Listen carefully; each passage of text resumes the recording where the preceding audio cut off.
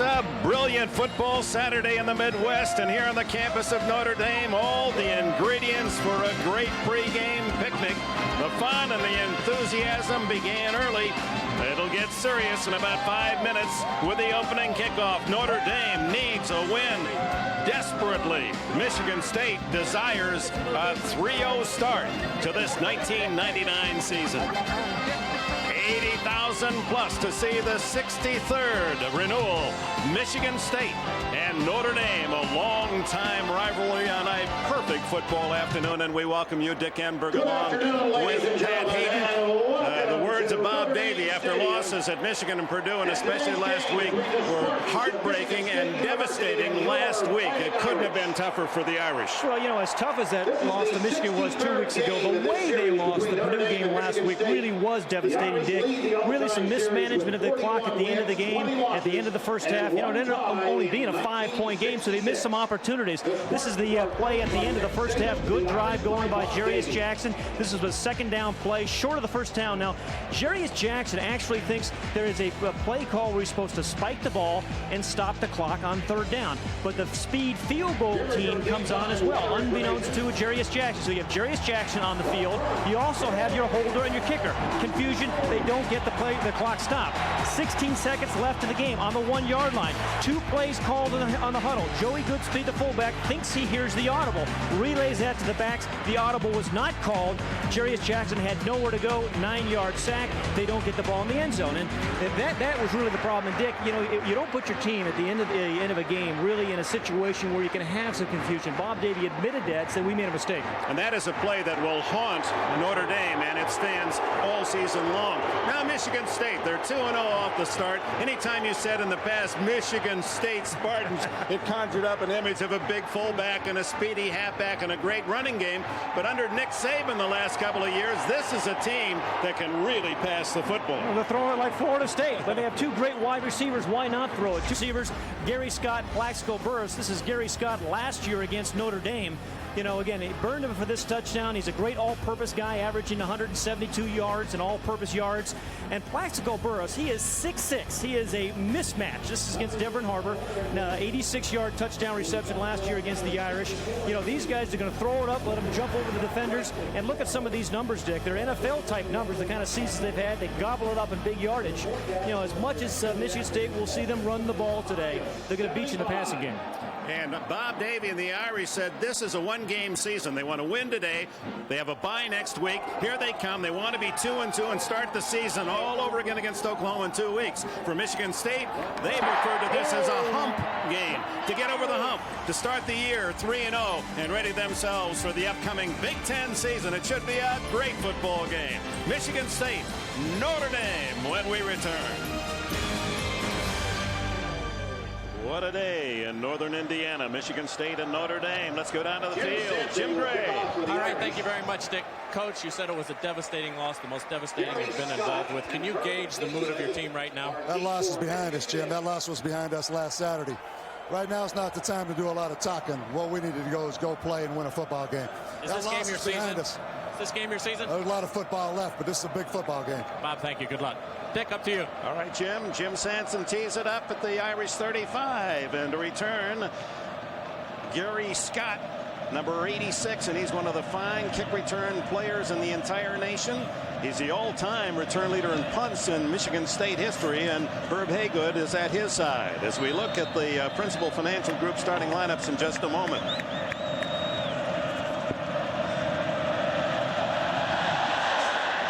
Spins it deep. Backpedaling is Scott, and won't take the chance. Michigan State will on the touchback start at the 20-yard line, and quarterback Bill Burke brings the offense onto the field. Here are the starting lineups brought to you by the Principal Financial Group, with Lloyd Clemens, the running back, replacing the graduated Cedric Irvin. Scott and Burress, the wide receivers. They'll start with 2 tight ends, McCoy and Baker. Pico, Sakura, Jensen, Mason, and Robinson Randall, a big offensive line. Burke, 51% on the year with 4 touchdown passes, only 1 intercepted. Single back is Clemens. Hit in the backfield, no gain. Grant Irons slashing in from his defensive end position. The Irish and Irons start with a good play, and here they are. Irons with Weaver. Legree returns. He missed the first 2 games with injury. Lamont Bryant has had a good early start of this '99 season. The backers are Boyman, Denman, and Harrison. Jefferson and Harper at the corners are going to be busy today, as will be Deke Cooper and Johnny Sanders, the 2 Irish safety men. 2nd and 10. Empty backfield. Burke. And he hits that big wide receiver out to the 25-yard line. A gain of 5 to Gari Scott. It'll be 3rd and 5. Gari Scott will line up in Michigan State's slot a lot, which means he'll work the middle. He's got a great feel for that middle of the field. And again, just kind of works his way in between linebackers. You know, you find yourself, you see in the all-time receptions, 112, and interesting name there in Kirk Gibson. But Gari Scott is a very good kind of in the middle of the field receiver. Senior from Lake Park, Florida. 3rd down and 5, and out of the shotgun, Burke will operate.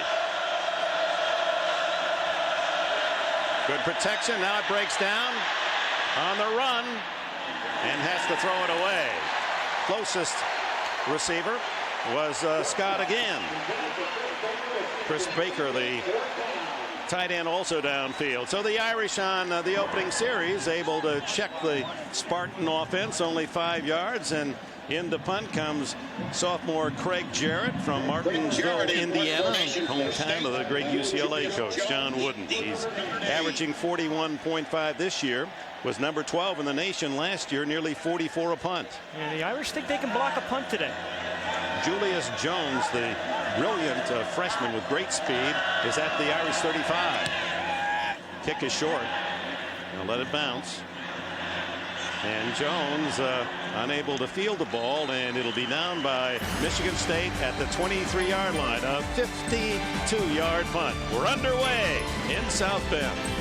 80-degree mid-September Saturday afternoon. The Irish with their first opportunity at their 24-yard line. Band's ready. And Jarius Jackson. His numbers on the season hitting 61.3%, but those 5 interceptions simply haunting him. 1st and 10 Irish. Actually throwing the ball better than he did a year ago, don't you think? Well, yeah, absolutely. They're throwing it twice as much. The option on 1st down. Jackson keeps it for maybe 2 yards, smothered in the white of Michigan State. Josh Shaw and Josh Thornhill there as we check the Notre Dame offensive starting lineup. Tony Fisher, the sophomore, and Tom Lipinski, sophomore fullback, goes as Joey Goodspeed nicked last week. Rakai Nelson and Bobby Brown, the wideouts. Jabari Holloway at tight end. Black, Jones, Morandi, Gandy, and Teasdale, the young offensive line. 2nd down, 8.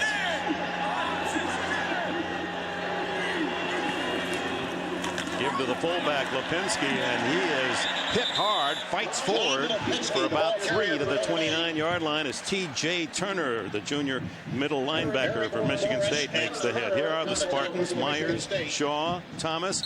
Robert Smith was on a lot of All-America preseason teams. Peterson, he's a Charles Haley type, a troublemaker. Turner, Thornhill at the backers. Am Campbell, great story, we'll tell you that in a moment. Ronaldo Hill, the other corner. Richard Newsom. Eric Morris leads the team in tackles as he did a year ago. On 3rd down, Jackson's first throw is to Nelson, incomplete, and a flag down.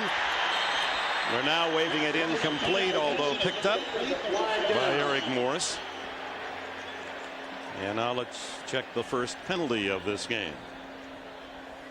Referees are, and the officials from the Big Ten. Steve Newman, the referee today. Well, a lot of controversial calls in that game last week for Notre Dame against Purdue. He sent 9 calls into the. It's against the offense. So Nelson apparently pushed off to get position. And you rarely see that. You rarely see, and it happens all the time. Wide receiver, particularly down by the end zone, pushing and shoving. They rarely call offensive pass interference.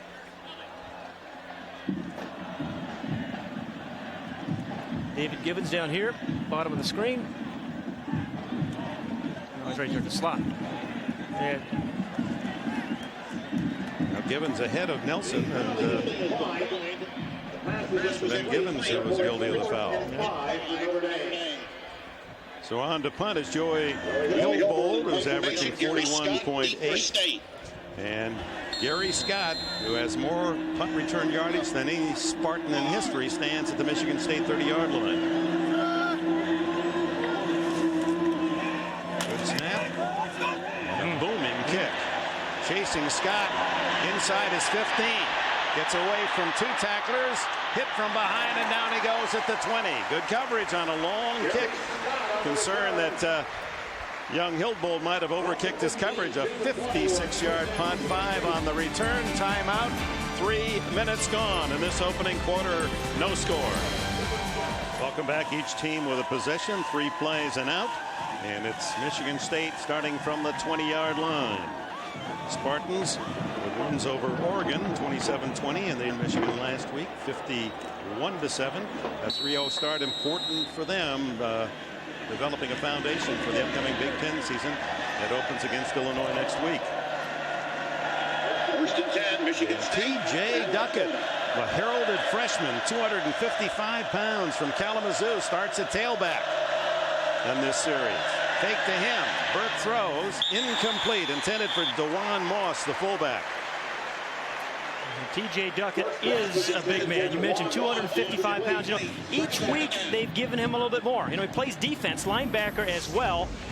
You see his first game last week against Eastern Michigan, his first collegiate touchdown. He's now just 25 behind his brother Tico Duckett, who scored 26 in 4 brilliant years at Michigan State. This is a great talent, number 8. Fun to watch. 2nd and 10. Whoa, hitting the backfield, Clemens, and spins away and picks up 4 when he should have lost a couple. Lamont Bryant finally secures the tackle. Yeah, really a 6-yard gain because he should have dropped for a 2-yard loss. And the thing about Lloyd Clemens, which I think coaches really like about him, he knows exactly the kind of runner he is. He's not a bounce it out kind of guy. He's a tackle-to-tackle kind of runner. Good pressure by Brad Williams inside. He spins, he churns. I mean, he's not going to get you many 60-yard runs, but when it should have been dropped for 2, he gets you 4. That's a good run by Clemens. He's a 6th-year senior, is Clemens, as his Aunt Campbell, the defensive corner. We'll give you their stories as we progress today. Burke throws complete right at the sticks, and forward to a first down goes tight end Chris Baker, the 253-pound sophomore from Saline, Michigan. You know, Chris Baker is one of those complete type of tight ends. I mean, he catches the ball well for him, and this is a perfectly thrown ball by Bill Burke away from the defender, Justin Smith. Easy ball to catch. You know, those left-handers just seem to throw an easy ball to catch. They always seem to be accurate, which indeed he is. Does not throw many interceptions, does Bill Burke. And it's Baker's 7th catch of the season and the first down of this game at the 32 of the Spartans. Both wide receivers to the right. Fullback in motion, play action. Burke, plenty of time, guns it incomplete to the 6'6" wide receiver Plaxico Burris. Now Plaxico, Plaxico, a unique first name. He says it means survivor. Goes back to a great granddaddy. When you go over the middle, you're hoping to survive. You know, the guy 6'6" really extends the strike zone. It looked like he was trying to settle down while Burke was leading him, but he's a walking mismatch. You know, at 6'6" against guys generally 5'9", 5'10". They like to throw him the alley-oops down to the inside the 20. 2nd down and 10. Spartans at the 32. Shotgun, Burke. Fires, almost intercepted. With a hand on it was Tario Harrison, the sophomore linebacker who starts his first game for the Irish today. Ronnie Nix playing in front of him, out with an ankle injury. You know, great play by Harrison, but Dick, you know, when you're 1-2 and you're struggling, trying to fight back from 2 losses, these are the kind of plays you've got to make. Greg Madison, defensive coordinator. You know, really athletic play by Harrison. Greg Madison, defensive coordinators. Yesterday we met with him. He said, you know, everybody blames the offense for that loss against Purdue, but we could have won it on defense as well. And plays like that help you win. Yeah, at the end of the game, you forget about the opportunity lost by the defense. 3rd and 10. Scott in motion. Burke underneath to the tight end Baker, breaks out of 1 tackle and finally wrapped up by Clifford Jefferson, who bumps him out of bounds, and the Spartans will have to punt. And there's a play, you know, it's hard to understand. 3rd and 10, you throw a 6-yard completion. Again, when you have real tall receivers in the out, you can throw something to the outside, give them a chance to out-jump people without, you know, risking an interception. So on comes Jarrett. His first kick with a healthy roll was 52 yards. The freshman from Big Stone Gap, Virginia, Julius Jones, there to return inside the Irish 25.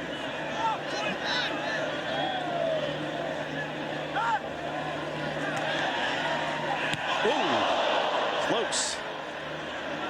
As Jones, who has excellent speed, fights his way to the 32-yard line. Terrence Howard, number 32, very close to getting a piece of the punt. No score in South Bend. Back at Notre Dame, that's Amp Campbell, number 3, the cornerback for the Spartans. One of college football's most inspirational stories is Amp Campbell. Last year in the second game against Oregon, he fractured 2 vertebrae, making this tackle against the Ducks. And then just 7 days later, against the Irish at Spartan Stadium, Campbell energized his team by leading Michigan State on the field for the coin toss. Granted a 6th year of eligibility by the NCAA, Campbell returned this year. He's been a force on defense. Incredibly, against Oregon, he returned a fumble in the season opener. 85 yards. It proved to be the game-winning touchdown. Amp Campbell, nicknamed Soup, and has a tattoo to prove it, and you know what his favorite soup is. Chicken noodle. Yeah, look at that. 6th year, given an extra year because of the injury, and of course a red shirt himself. Has a 3-year-old daughter. Kiara is inspiration. So Notre Dame starts at the 32. Jackson with a handoff, and it's the first touch of the ball by an Irish tailback as Tony Fisher gets a couple. You know, the amazing thing about Amp Campbell, I thought, you know, his parents came out Sunday after the game to Eugene, spent the time with him, brought him back to Lansing, then spent 4 months. There's the his nickname on his tattoo. 4 months with him, helping him rehabilitate. Yeah, many felt, including himself, that his career was over. He's fought back, and he says, I'm going to prove to the NFL I can play at the next level. First pass is complete, as Bobby Brown able to pick it off across the 40 and close to a first down. Jace Saylor, trailing back from a defensive line position, makes the tackle. This one, Jarius Jackson just kind of reaches over. I mean, there's some people in his face, just kind of reaches over the defenders to find Bobby Brown. This little touch. 3rd down and short. Jackson on the option, keeps it for a first down, crosses the 45-yard line. You know, the Irish on the option play, which they run about 10% of the time. You think of them an option team, but they only run it 10% of the time, are much better when Jarius Jackson, and they've got a kind of a hurry-up offense going right here. There's Kevin Rogers right there, the new offensive coordinator, but they have a hurry-up offense right now from not only Michigan State substitute, but they're much better when he keeps the ball on their option plays. Give to the fullback, and it's Joey Goodspeed. Battles his way into Michigan State territory to the 48-yard line. T.J. Turner and others in on the tackle. And once again, Jarius Jackson on the line of scrimmage, calling his plays. Again, not allowing Michigan State to substitute defensive backs. And 3 wide receivers in the game. Jackson on 2nd down. Plenty of time and fires to the sideline. Is he in bounds? Yes. Rakai Nelson, the senior from Harrisburg, Pennsylvania, for 14 yards. You're going to see Rakai Nelson catch this ball and come down in bounds, but Joey Goodspeed, the fullback, really get a great block to give his quarterback the time to get rid of that ball. So a great block by Goodspeed, and then nice footwork by Nelson. Only need 1 foot down for a legal reception. Quarterback draw, and Jackson to the 32-yard line.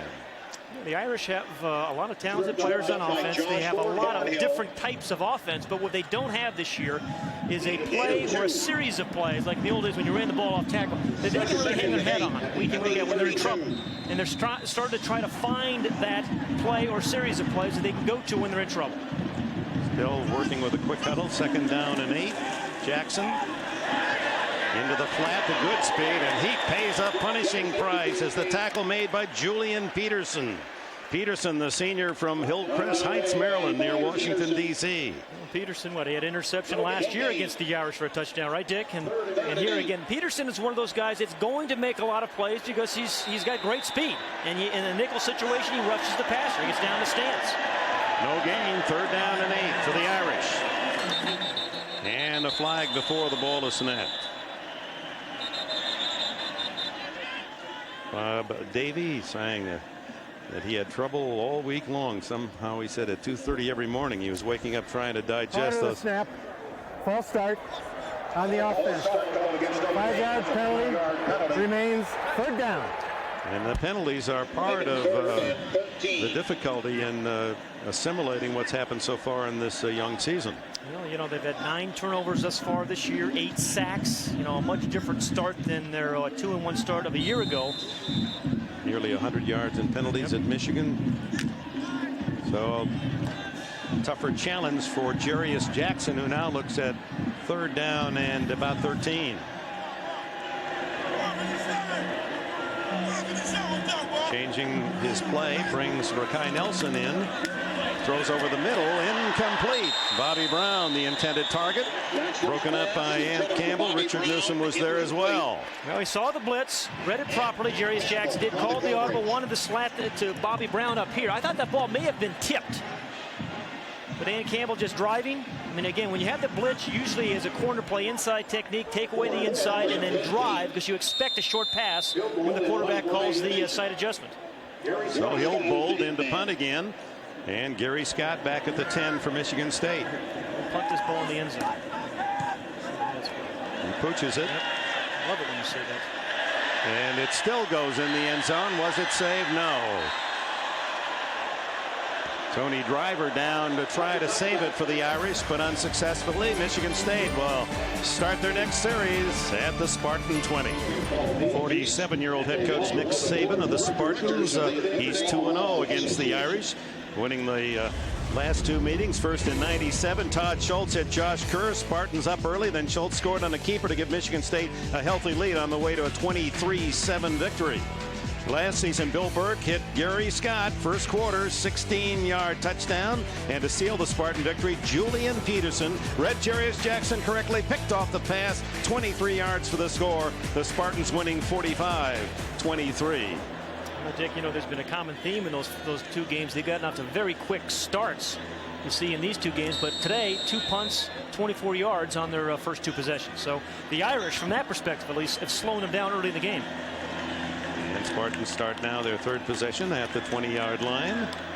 Lloyd Clemens, the solo running back behind quarterback Bill Burke, the senior from Warren, Ohio. The left-handed Burke brings Baker, the tight end, in motion and gives to Clemens. And Clemens out to the 22-yard line. He's their leading rusher this year, 148 yards coming into this game, a 5.5-yard average. He has a 4-year-old son, Darnay, and at 19 years of age, while at Michigan State, he took a whole year off from football to take care of his newborn baby, who was born with a kidney ailment. And he's okay now, and he talks to young people, and one of his messages is, it's okay to ask for help. He said that, you know, a lot of young guys and girls are afraid to ask for help. He said, it's there, use it. He did, and here he is now as a 6th-year senior competing, and his young son is healthy, thank you. To the 30-yard line and close to a first down. And competing pretty doggone well. I mean, good offensive line play by Michigan State. I think the big reason Michigan State is 2-0 is they've run the ball well. These guys do a good job up front, and they've stopped the run on defense. Sakura, number 70, kind of kicks his guy out. Good block by Scott, the wide receiver, the outside. And then the last 3 yards, Lloyd Clemens, that is him just kind of pushing the pile. He gets the first down with that second effort. He's 207 pounds from Detroit. Actually went to high school in Indiana, Pennsylvania. He was a freshman at Rhode Island.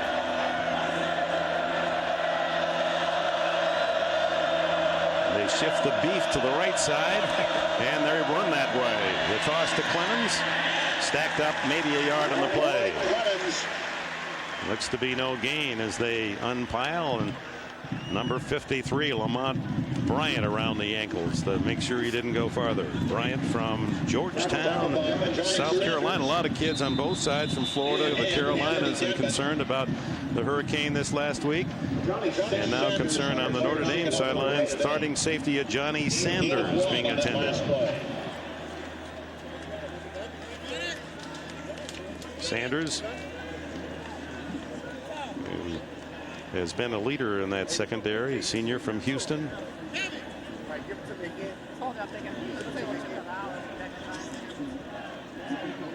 Let's take a look at what happened, Pat. Well, here's Sanders here, number 5. And there are just, you never know what happens at the bottom of those piles. There's a zillion of every football game. You could see he was down low, and that's always a concern, possible head injury. And of course, we talked about Am Campbell. He said, I'll tell you one thing, I hit what I see now. I don't keep my head up. Keep that head up. Yep. Say, fans, go in depth on the Fighting Irish by logging on to MSNBCSports.com. A special section, NBC's Notre Dame Central, features our partner Pat Hayden, player profiles, video game highlights, audio interviews with key players after the game. Plus, you can vote for the Irish MVP for the season. MSNBCSports.com, the official website of NBC Sports. You solved your Y1K problem yet? Well, that's why I'm tuning in. Are you going to give us some hints on that? Well, you're talking about the speed of the linebackers. Burke, and he is unkind as Gary Scott has a ball in his hands, can't hang on. Gari Scott incomplete. It was Justin Smith, number 29, who made the play. Came in for a Johnny Sanders. Again, one of these things, on these quick passes, you're not going to, that's just a drop ball. That really wasn't even coverage. Just a drop ball. Let's go to Jim Gray. Thank you, Dick. Johnny Sanders has a stinger in his right arm. He's being attended to by the doctors now, and he will return shortly. Dick? All right, Jim, thank you. Ron Israel, hurt last week, is not going to play today, so the Irish a little thin in that deep secondary. 3rd and 9. Blitz. Harper can't get to Burke. Burke can get to Richardson. LaVale Richardson, his first catch, and is out near a first down. Let's see where they mark it, down at the 39. And a flag is down. Back where Burke threw the football. And we have a clipping call against Michigan State. Well, Bill Burke is not going to make you forget Barry Sanders, in your case, Hugh McElhaney. But he can be an elusive. He's a big guy, 6'5", 205 pounds, but he is an elusive guy. That time he just bought himself a little bit more time to get the ball to Richardson, but all for naught. I thought you were going to say Lynn Shadnoy and Emil 6-yard Sitco. Now, that'd been more like it. Well, you like those guys, Yeah, it's a great part of this series is the history of these two universities. So closely located, only a couple-hour drive from East Lansing. Nice drive. He drove down. So the penalty takes it all the way back to the 12. Flipping on the offense. Half the distance to go from the spot of foul. Remains 3rd down. Well, you got the inside blitz, or the outside blitz from the corner there, and Burke sees it. Patient just gets around Devin Harper's blitz, and then right there's the clip there. It was on Pico, number 74. Right bottom corner there. And Lance Legree of the Irish, and that puts the Spartans in a 3rd and 28 hole. But don't force it here if you're Bill Burke. Trouble with a snap, and the center still has the football. Casey Jensen. That is trouble when the center still has it. Everybody else is moving. Coaches hate when that happens. But it is one of the situations, and Bill Burke is a calm, patient guy that you don't, get too impatient here and force something to turn the ball over. On the offense. 5-yard penalty. Still 3rd down. Ball marked back down to the 7-yard line, and 3rd and 33 faces Bill Burke. Good news for the Irish that Johnny Sanders has returned to the lineup. That's strong safety.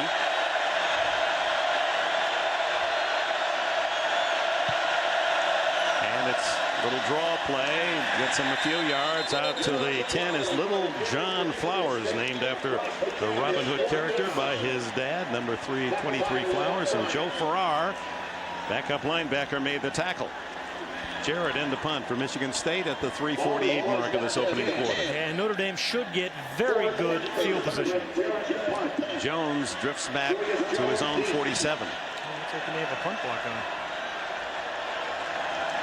10 men on the line of scrimmage. They back off one. And again, it was Terrence Howard penetrating. Here comes Jones and can't get on track. Tackled by number 2 Herb Haygood, the wide receiver of Michigan State. 42-yard punt. 2 on the return. Jones on the return. You know, we talked about the difference in last year's and this year's season for the Irish. You know, sacks allowed. Last season they had 9 for the whole year. This year already they have 8. They had only had 18 turnovers the entire season, 9 already. I think this is the biggest reason that they are now 1-2 and struggling. They're not running the ball with the consistency they had last year in between the tackles, and they're forced to throw the ball more. Bob Davie has inserted Arnez Battle, the sophomore quarterback. He's a great talent from Shreveport, Louisiana. They've been wanting to give him more opportunity. He tosses to Tony Driver on the option, and Driver to the Michigan State 49-yard line, a gain of 1, maybe 2.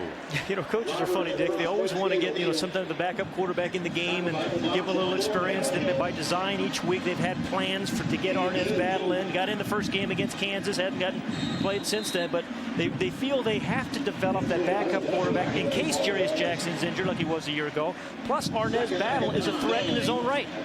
Yeah, last time we saw Battle, he was running 74 yards for a touchdown against Kansas, and then didn't get to play anymore. So what did they do wrong? It's a nice average.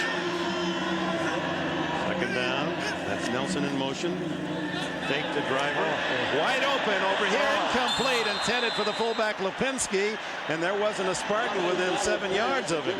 And Lipinski is a hard guy to miss. 6'1", 256 pounds. A very young backfield now being used by Bob Davie. Yeah, it was kind of that bootleg off a play action pass. You know, sometimes sounds funny. Sometimes when a receiver's wide open, it's awfully hard to hit him because you try to aim it too much.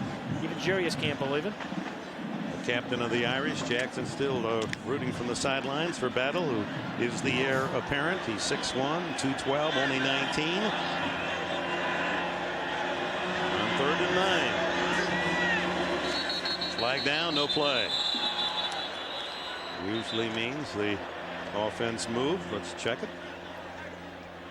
Davie, like his counterpart Nick Saban, his kids were really better known for their baseball ability. And Prior to the snap, false start on the offense.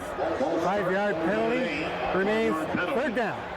Davie was a terrific catcher. In fact, went to the University of Arizona to play baseball and eventually migrated back to Youngstown State, where he was a tight end. And Saban on the other sidelines at Kent State, a defensive back, but was a terrific infielder as well in college.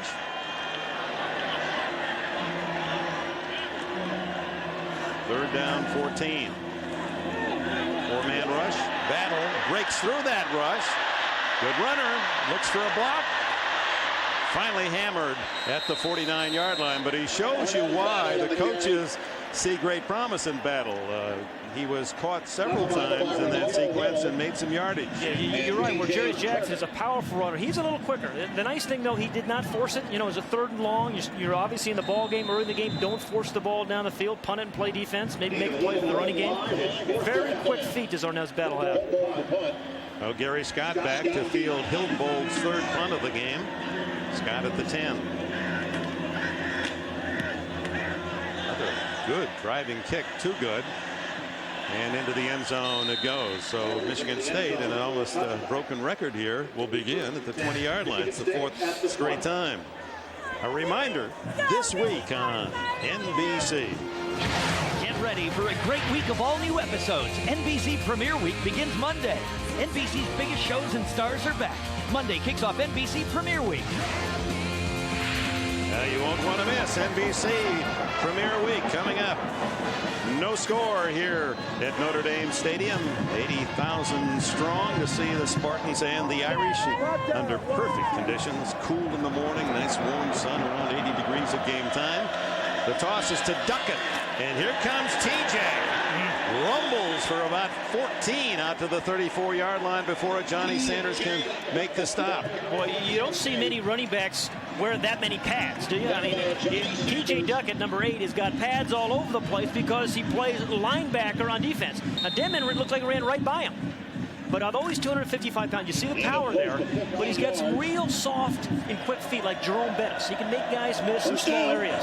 He's got 4.45 speed, benches 500 pounds, speed and power, a lethal combination for opposing defenses, and he's got another 8 or 9 and a first down. Yeah, Coach Saban each week is giving him more. The opening game, just short yardage. Last week, he was their leading rusher with 83 yards. This week, they're playing him earlier, and they're going to play him more. Look at this high school record at Kalamazoo at Lloyd Norrick's High. There's all the defensive stuff, and he didn't do badly on offense, you know. And he came here, it was kind of a quarterback in high school, felt he couldn't play tailback, and Coach Saban says, I want this guy to be a 1,000-yard rusher. And he said, I want to play linebacker. Saban said, I'll try to let you play where you want to play. I'm the coach. Duck it to give. And more gingerly on that play, instead of really hitting the hole, looking to dance through it, and gains maybe a yard and enough for a first down. It was 2nd and 1. His brother Tico, he's not related to Ellis Duckett. Those of you go back a few decades to Michigan State football lore. They feel that this young man, before he leaves Michigan State, is going to have All-America written all over his resume. He was a high school player of the year last season.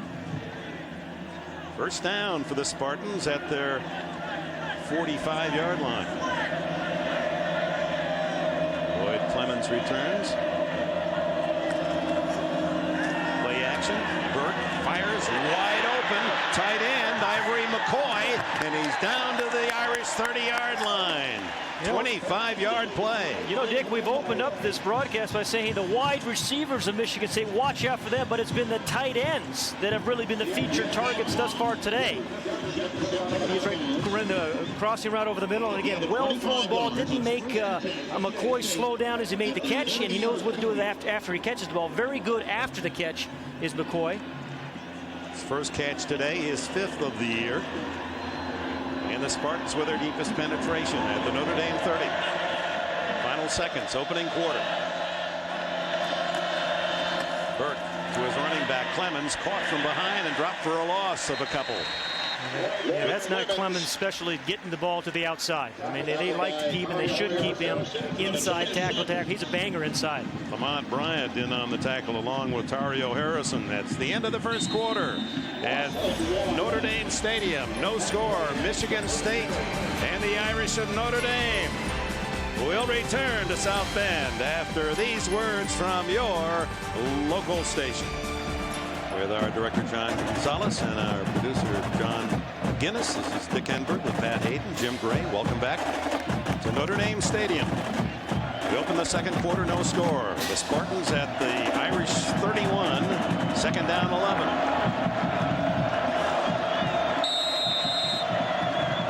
Second and 11. Send Clemens in motion, both wide receivers to the left. And Burke fires in that direction, has a man. It's big Plexico Burris. And it's 1st and goal, Michigan State at the 7-yard line. Well, Burris dropped 3 passes last week, but he really cradled that ball in. You know, a lot of times these big, tall pass receivers don't necessarily run good routes. It's a good corner route by Burris. Takes his man inside, gives him a little fake, very patient, and gives the quarterback a lot of room to be able to throw. A lot of times the receivers run corner routes. They don't give the quarterback enough room to throw the ball in there, but a good route there by Burris and a well-thrown ball by Burke. With his size and his speed, they liken him to Herman Moore or Randy Moss. It's 1st and goal. They spotted at the 8-yard line. First threat of the game, early 2nd quarter. Tight end Baker in motion. Fake to Duckett. Throw. Touchdown. Tight end Chris Baker, Michigan State. Boy, the tight ends for Michigan State have been impressive in this first half. Baker with his 2nd touchdown of the season. Good play action to Duckett. And Baker was wide open. 80 yards in 7 plays. Nick Saban's Spartans to score the first touchdown of the game.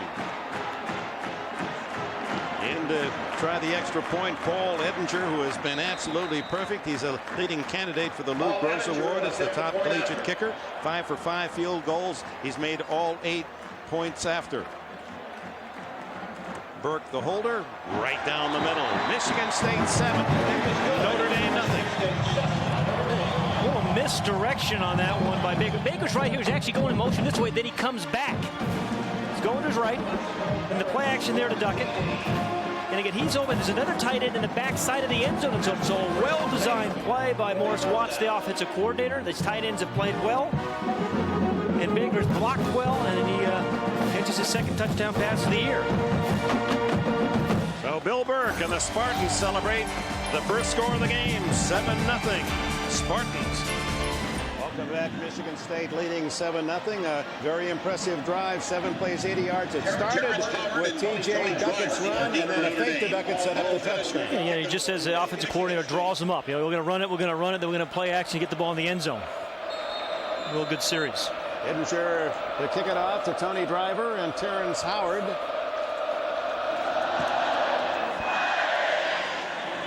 Ball comes down at the 4-yard line. Driver to the 24. A reminder, we'll be back in 2 weeks. The Irish, after a bye week, play the Sooners of Oklahoma. 2 traditional powers. Oklahoma, Notre Dame, Saturday, October 2nd, here on NBC. Jackson returning to the lineup for Notre Dame after Arnaz Battle, getting a chance in that last sequence. Eric Chappelle, the third-string quarterback, dismissed from the team, the senior, as Notre Dame reporting to the NCAA 3 incidents yesterday that have been involved in this fall in their program. Give on a mini reverse to Tony Fisher, and Fisher, with the biggest gain of the game on the ground for the Irish, gets about 12 out to the 36. Yeah, good call by Kevin Rogers. A play we haven't really seen, the old cross buck. You kind of appreciate that, don't you, Jake? You fake the ball to fullback, but a misdirection play to Tony Fisher. Everything else we've seen of the Irish today and this season has all been to one side or the other. A little misdirection there opened up a nice hole there for Tony Fisher. There's Kevin Rogers. He's had some nail-biting games there the last couple. First down at the Notre Dame 35. Give it to Fisher again, and the former Mr. Ohio, Euclid, Ohio, near Cleveland, gains about 5 more before T.J. Turner can make the stop. Different offense this year under Kevin Rogers for the Irish. A little bit more wide open than they have been in years past. A little flanker reverse for a score against Michigan a couple of weeks ago. Good play action fake there by Jarius Jackson. This was a 4th and 1, that old Y high kind of play, but a great call by Rogers. And they still have the power of Jarius Jackson on those option plays. That's when he's best, when he's carrying the ball on those options, but a different type of offense. On 2nd and 5, give it to Fisher again. Patiently waits for the block and gets out to the 44. He'll be shy by a yard of the first down. Denied by Robert Smith, number 91, and Julian Peterson. You know, Dick, even though they had this wide open offense, all these things you can do, you know, really good football teams, as we talked a little bit earlier, have 1 or 2 things they can really do well. And I think Notre Dame's still trying to find that. You know, for 25 years, they did some things, but they always ran the ball between the tackles well. New offensive linemen, new backs, they're not there yet. When we see USC later this season, it's that student body right and left. That's been part of their program for how many decades? 3rd down and 1. Jackson throwing to the sidelines, and a fine catch for a first down. And out of bounds goes Jay Johnson with his first catch of the season. Yeah, you didn't see that from Notre Dame much last year. A 3rd and 1 kind of a throw. It was pretty good coverage there. And a tough throw. Jackson throwing against his body. Absolutely. You know, 3rd and 1, but real good coverage, tight coverage by Hill, but well thrown away from that tight coverage. He's not going to catch it. It's not going to get picked off. It's going to be a 4th and 1. No Johnson from Jackson with a Notre Dame first down at the state 48. And Fisher caught for no gain as Robert Smith, a 6'5" senior from Flint, Michigan. What a family, this Smith clan. Fernando is a defensive end with the Baltimore Ravens. He played at Jackson State. Robert's brother Antonio was a starter of the Michigan State basketball team last year that went to the Final Four. He's got a sister who is a model in Indianapolis. They've got a lot to talk about when they come home for Thanksgiving, don't they? 2nd down 10.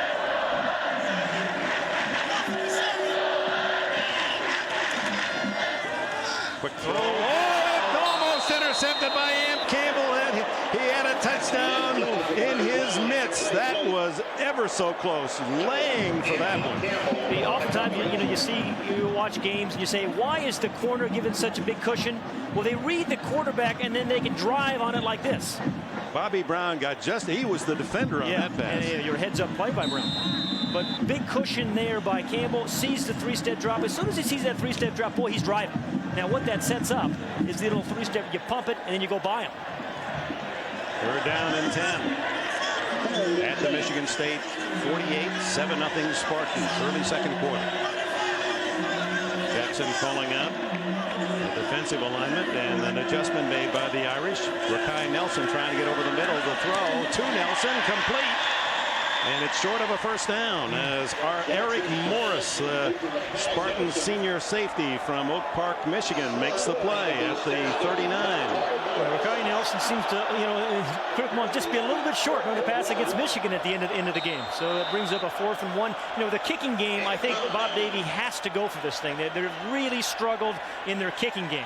Here comes backup tight end Dan O'Leary. And he replaces Rakai Nelson as they go to double tights. Will they have time to get off the play? 9, 8, 7 seconds on the play clock.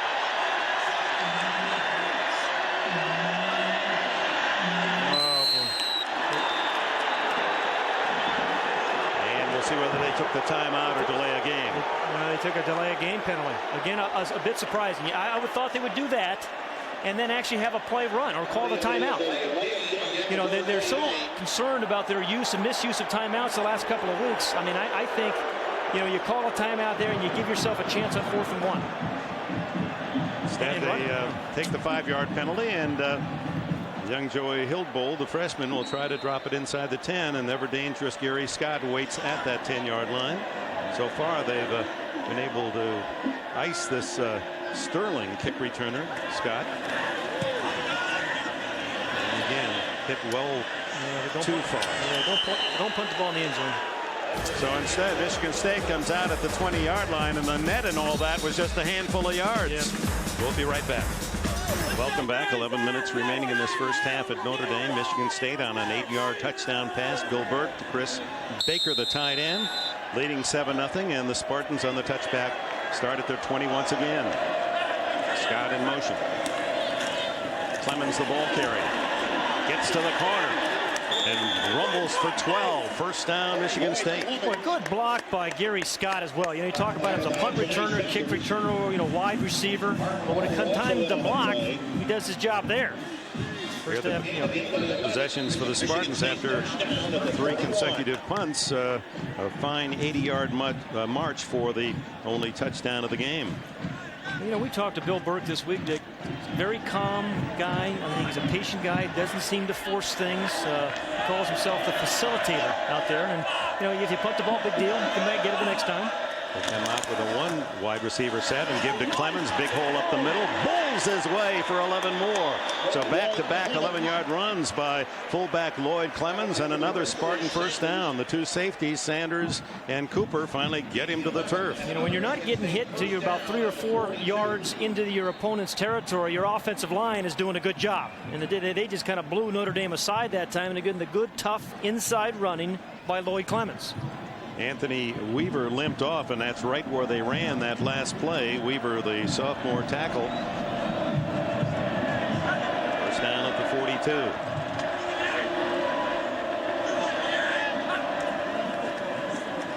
And this time Clemens caught in the backfield for a loss of 2 or 3 yards as Tario Harrison and Grant Irons made the play. Make it Duckett. TJ Duckett in on that call. Calling Grant Irons number a lot today. He's gone through some adjustments in Notre Dame. Started number 44, started as an inside linebacker, then they moved to the outside linebacker, now as a defensive end. Up to 275 pounds and still able to keep the speed at 4.6. All those peanut butter jelly sandwiches at midnight don't seem to bother him. 4 night. Yeah. Wake up hungry, he says. On 2nd and 13, it's Duckett again.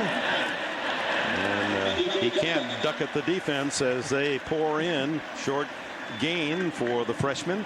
Will bring up 3rd and 11. I know you like following companies and the market, he's a growth stock. If you look at T.J. Duckett, he is a growth stock. As he plays more and more, you're going to get more and more out of him. This is a guy that has explosiveness written all over him. Even though he's 255 pounds, remarkable speed. And I think you're probably going to end up seeing him playing more and more offense and less defense, although he spends 2/3 of his practice time right now on defense. And while he has fullback size, 6'2", 255, that's not his spot. He'll be a tailback if he's going to play offense, says Nick Saban. So on 3rd down and 11, the throw is incomplete. Intended for the tight end, Chris Baker. And a good defensive play made by Justin Smith, the defensive back, the junior from St. Petersburg, Florida. And even if he catches this pass, it's not a first down. Now maybe Bill Burke is thinking, hey, it adds at least 7 yards to my punt, but a ball that probably should have been caught there by Chris Baker. And credit Anthony Denman with a defensive move to force Burke to throw. That's good offensive line play there up front, though. Let's see, linebacker got him. Greg Jarrett's a punt. Julius Jones blocked by the Irish. It's a live ball picked up by Driver, and Driver down at the 21-yard line. Then there was a walk on Jonathan Hebert who got the block. So a big play when the Irish needed it. 7-0 Michigan State, and Jarrett blocked by the Irish surge. Remember, Bob Davies said yesterday, hey, we think we can get after him right up the middle. I think it's number 48, Jonathan Hebert, that gets up there. It is. Got it with his right hand. Hebert, a non-scholarship player, a walk-on. Yeah, great throw. What a throw for him. You know, walk-ons are a big part of this program, Notre Dame. And he just came up cleanly right up the middle. They actually thought another guy, Shane Walton, was going to be able to block a punt. But it's Hebert who comes cleanly. Well, the Irish take over, trailing 7-0 at the Michigan State 23-yard line. Jackson to Driver. And he's able to squirm inside the 20-yard line, a pickup of 3 or 4. Big emotional lift by our special teams. 8:20 remaining in the first half. There's Jonathan Hebert. I mean, when they play wishbone teams, he plays the opponent's wishbone quarterback. Good high school player, but the Irish have 8-10 walk-on players who come out and contribute in special teams and otherwise. That's one of the 2 special teams coach, Jerry Rosberg. 2nd down, call it 6. Jackson being chased into the end zone, incomplete, and good coverage on the wide receiver David Givens as Eric Morris, number 9, who's a solid player right there with a potential target. Nickname Bam Bam, appropriate in this play. I mean, he's more of a close to the line of the scrimmage, stop you, stuff the run type is Eric Morris, number 9, but real good coverage on that play, saving what would have been a touchdown by Givens. He is their leader on defense, leading tackler. 4 of those for losses this year. 3rd down and 6, and Jackson into the shotgun. Rakai Nelson joins Johnson on the right side. Jackson in the backfield, he fumbles the ball, and Michigan State says they've recovered. They do. Julian Peterson was the man in to hit the quarterback and knock it free, and Peterson, who has been a big play performer for the Spartans, comes up with another huge hit. Well, Peterson had an interception for a touchdown last year against the Irish. Plays linebacker, but then they get him in situations. He's up here, I believe, comes off a black on the inside move. But they make him a rush end on passing situations. And then Shaw, number 95, made the recovery.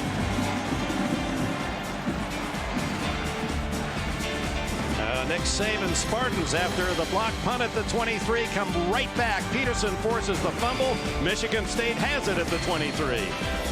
Here's sophomore Josh Shaw from Fort Lauderdale. He recovered the fumble of Jarius Jackson, but it was his teammate Julian Peterson who continues to make big plays, interceptions, forced fumbles, sacks, and he returns the ball to the offense at the exact spot where they lost it at the 23-yard line. 7-0 State. Burke to throw. Eludes the rush. And it's intended for Gari Scott and broken up by Clifford Jefferson. And Jefferson close to an interception. Gary Scott. again, a little bit of mobility there by Bill Burke. Again, he's not going to outrun you, but he just buys himself a second chance. You know, and actually, Scott was looking for the ball out in front toward the boundary, thrown to his inside, and Clifford Jefferson, who's had a good year at cornerback for the Irish, and probably even a better year as a special teams player. Yeah, the sophomore from Dallas. He has the best vertical leap, and he's going to need it against these tall receivers. He's 5'9". 2nd and 10. Look at the power of Clemens as he runs through 3 tacklers out to the 26-yard line. What do you have for us, Jim? Well, Anthony Weaver, who left the game last series, Dick, has a sprained left knee. They took the brace off, checked the mobility. It checked out fine with the doctors from Notre Dame, and they expect that he'll be able to return. Weaver, along with Irons, part of the defensive future of this Notre Dame team. He's only a sophomore from Saratoga Springs, New York, and started as a pure freshman a year ago. Moved inside this season. 3rd and 7.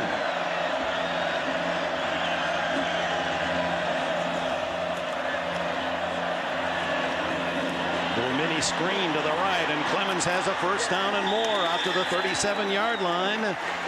Or he can be wrestled down by freshman Jason Beckstrom from Tulsa, Oklahoma. Yeah, you watch the center, Casey Jensen, number 64. I mean, he's the guy that really gets out there and sets this thing up. I mean, this is going to be a 3-yard loss without the block of Jensen. I mean, it wasn't a powerful block, but just kind of screened his man, pushed him away, and let him cut inside that. And he's right there, number 64. I mean, these guys have done a real good job. The reason they are 2-0 is their offensive linemen have played very well thus far this year. First down for Burke and the Spartans after 37, and hit in the backfield is little John Flowers, knifing through Anthony Denman and Lamont Bryant to make the stop. One thing the Irish linebackers are is fast. I mean, Harrison, Denman, Boyman, Farrar. Greg Madison, the defensive coordinator, and really worried about these wide receivers in particular. Burris, the height mismatch. Denman, the junior from Rusk, Texas, with a big hit on the last play, a 2-yard loss at 2nd down and 12. That's Burris, the 6'6" target. Burke throws another screen. Denman misses. So did 2 other Irish tacklers, but finally brought down is little John Flowers. A short gain of a yard or 2. Should have been a loss, and one of the Irish tacklers slow getting up. Looks to be Lamont Bryant. Able to get off under his own power. Senior from Georgetown, South Carolina. He's got some good speed in him too, Dave. A couple of sacks against Michigan, where those guys are running sideline to sideline. I mean, they do have. I mean, they're struggling on offense, but defensively, I think they're much faster than they were a year ago. In fact, Bob Davie said that to his team on Sunday, they didn't wait till Monday. Right after the Purdue loss on Sunday, they met. He said, "You think that Purdue was better than we were a year ago or this year? How about Michigan?" And the consensus was that this is the better Notre Dame team. Long goes Burke, and Scott unable to bring it in. Good job defensively by Deke Cooper. Scott had it for a moment, but Cooper able to reach in and rip it away. When you're a free safety, as Deke Cooper is, I mean, you have to cover some ground. I mean, you really have to. You got to step up and make a lot of tackles. But when the ball's in the air, you've got to cover a lot of ground, and indeed he did. Really a ball that probably should have been caught by Scott. I mean, these receivers have dropped a couple of passes they ordinarily don't.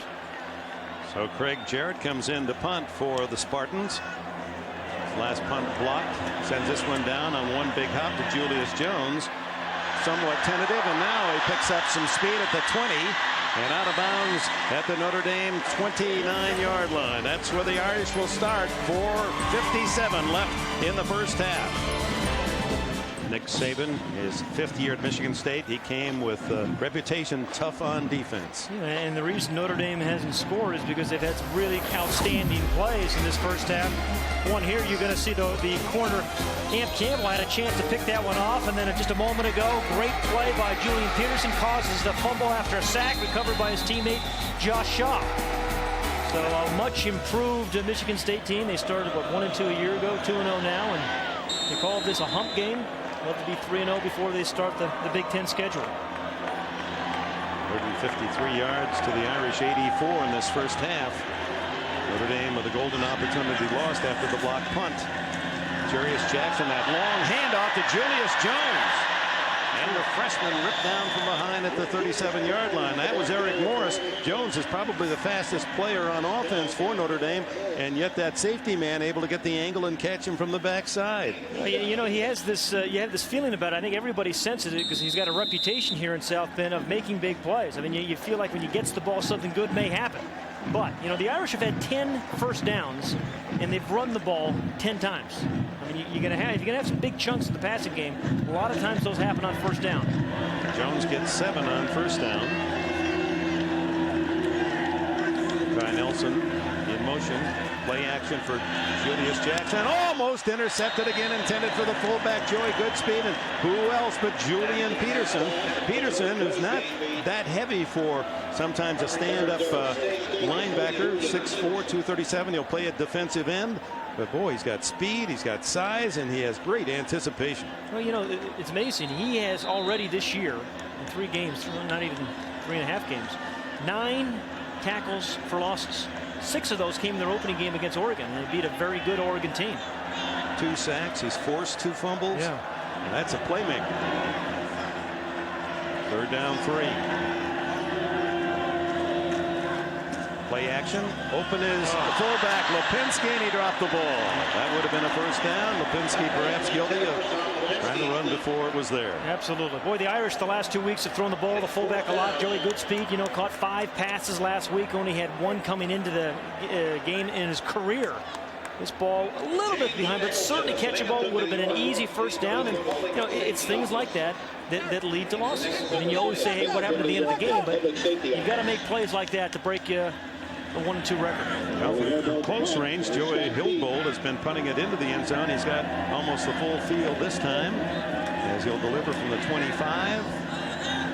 High spinning kick that Scott waits for and is tackled immediately at the 30-yard line. Good coverage by the Notre Dame Fighting Irish of a 36-yard punt. It's 7-0 Michigan State. Just under 4 minutes remaining in this opening half. Michigan State leading 7-0. A reminder to check out Notre Dame's official athletic department website, www.und.com.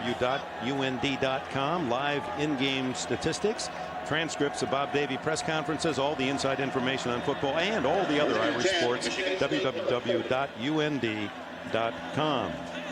Leading 7-0. Bill Burke and Michigan State go to work at their own 30. Pretty good balance in that offensive game plan. And T.J. Tuckett, tough to keep your balance when you're being ripped that way, as Tario Harrison spearheaded the defensive charge.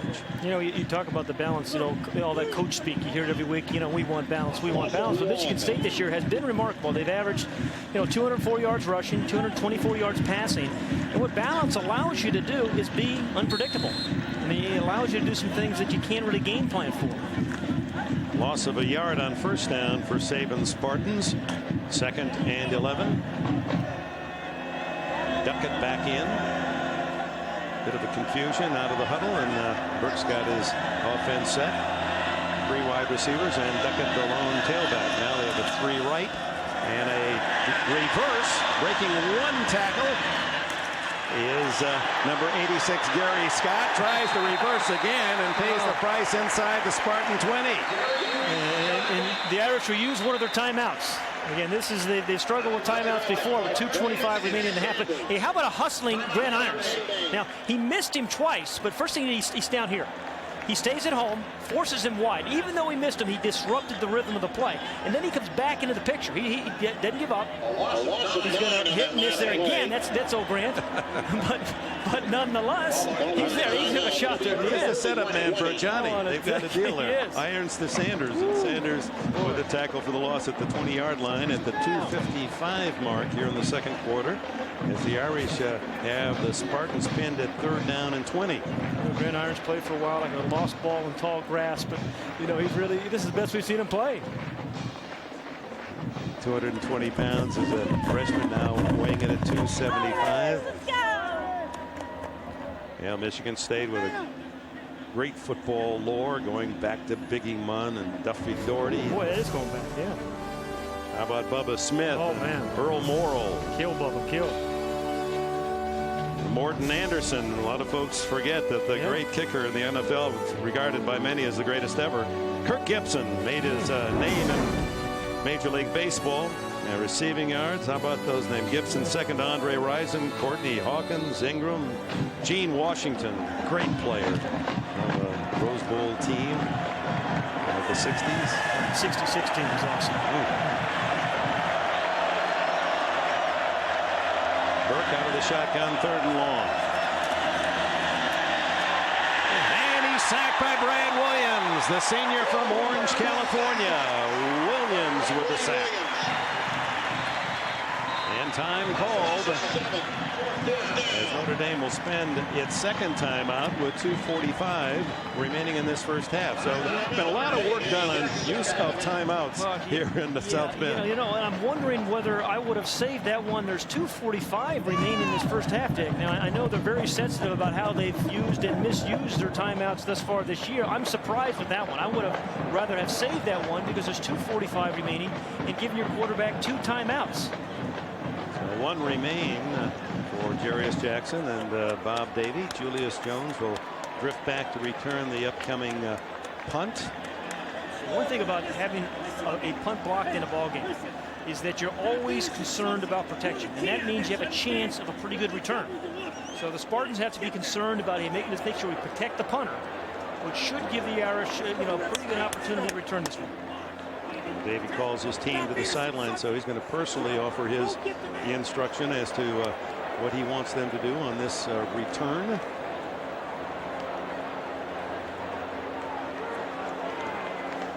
The punts a go for Jarrett, blocked by the walk-on Hebert. And they're going for another one, according to Jim Gray, who was eavesdropping on that last discussion on the sidelines. Jarrett will kick from about his own 3-yard line. Gets it off, and it's high, end over end. Fair catch, Jones at the Notre Dame 48-yard line. A 41-yard punt, no return. So the Irish have just over 2.5 minutes to try to catch the Spartans. It's Michigan State 7, Notre Dame nothing. 2-0 start. Things are high for Michigan State. They lead 7-0 today. The Irish are 52 yards away from a tying touchdown. Last week at Purdue, at the end of the half, you can see Jarius Jackson. He was looking to spike the ball, but the field goal team was sent on, and then the end of the game, we've seen that through the week. You don't even have to be a Notre Dame fan to know what happened there. That 16 seconds left, and the Irish unable to get off a final play. So there's miscommunication. Will they be on target here? Play action by Jackson. He sold it well. Throws it long. He's got Hunter down there. Javen Hunter. He fumbles, and it's recovered by Michigan State. Ronaldo Hill pickpockets Hunter. You know, the hands of Van Cliburn that time by Hill. He actually did take it away. First of all, Jarius Jackson did a great job of getting that ball. He had some rush on him, and he had to throw that off his back foot and got a lot of zip on the ball. Then it was actually a pretty good catch for a moment by Hunter and stripped away by Hill. Right hand in there, rips it out and catches an interception. So Hill, who, well, they've had a Hill at that right corner for Michigan State for several years. His brother Ray Hill, who is now with the Miami Dolphins, started at that spot 3 years preceding Ronaldo. Maybe Ronaldo learned some tricks from his older brother. Look at this. That's a big league play. Heck of a play. A good play by Jackson that was spoiled. Denies the Irish at the 10-yard line. Here comes Clemens out for about 5. As the Irish denied again, Lance Legree makes the tackle, and Michigan State deep in its own end with 2:15 left in this half. We'll see how Saban uses the clock. Or is he satisfied with that 7-0 lead? Taking their time with the Spartans. Yeah, I think he's pretty satisfied with the way his defense is playing in particular. His offense has been, opportunistic, made some plays, but one good drive for the touchdown. But his defense, the Michigan State defense, has played particularly well. Jackson, who had last year only 6 interceptions, that was his 6th this season, although that's not his fault. Yeah, it wasn't. And they are throwing twice as much. Clemens flag down is tackled at the 15. Well short of the first down, about 5-6 yards shy. As Andy Wisney in on the tackle, number 94 for the Irish. And we'll see if this is against Michigan State, that the Irish might decline, bring up third down and about 6. They should decline it.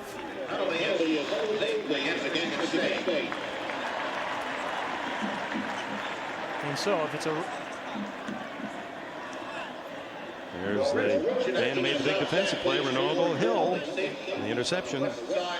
They will have been right there, top of the screen, tight end McCoy, number 85. At the Heimlich maneuver on Lamont Bryant. Now, if the Irish stop from here to run, they should use their timeout. They did not take the penalty, so it is third down and 6. They'll get another opportunity if they can deny Michigan State on this third down play. Yeah, very big play for Notre Dame. Burke looking for Burris in the flat, and the big tight 6'6" wide receiver knocked out of bounds at the 23-yard line. That appears to be a first down for the Spartans. Good call by Morris Watts, the offensive coordinator. You get your quarterback on the outside to get away from any kind of blitz in case the Irish were going to bring that. Look at that. Hands the size of small dogs. You see that?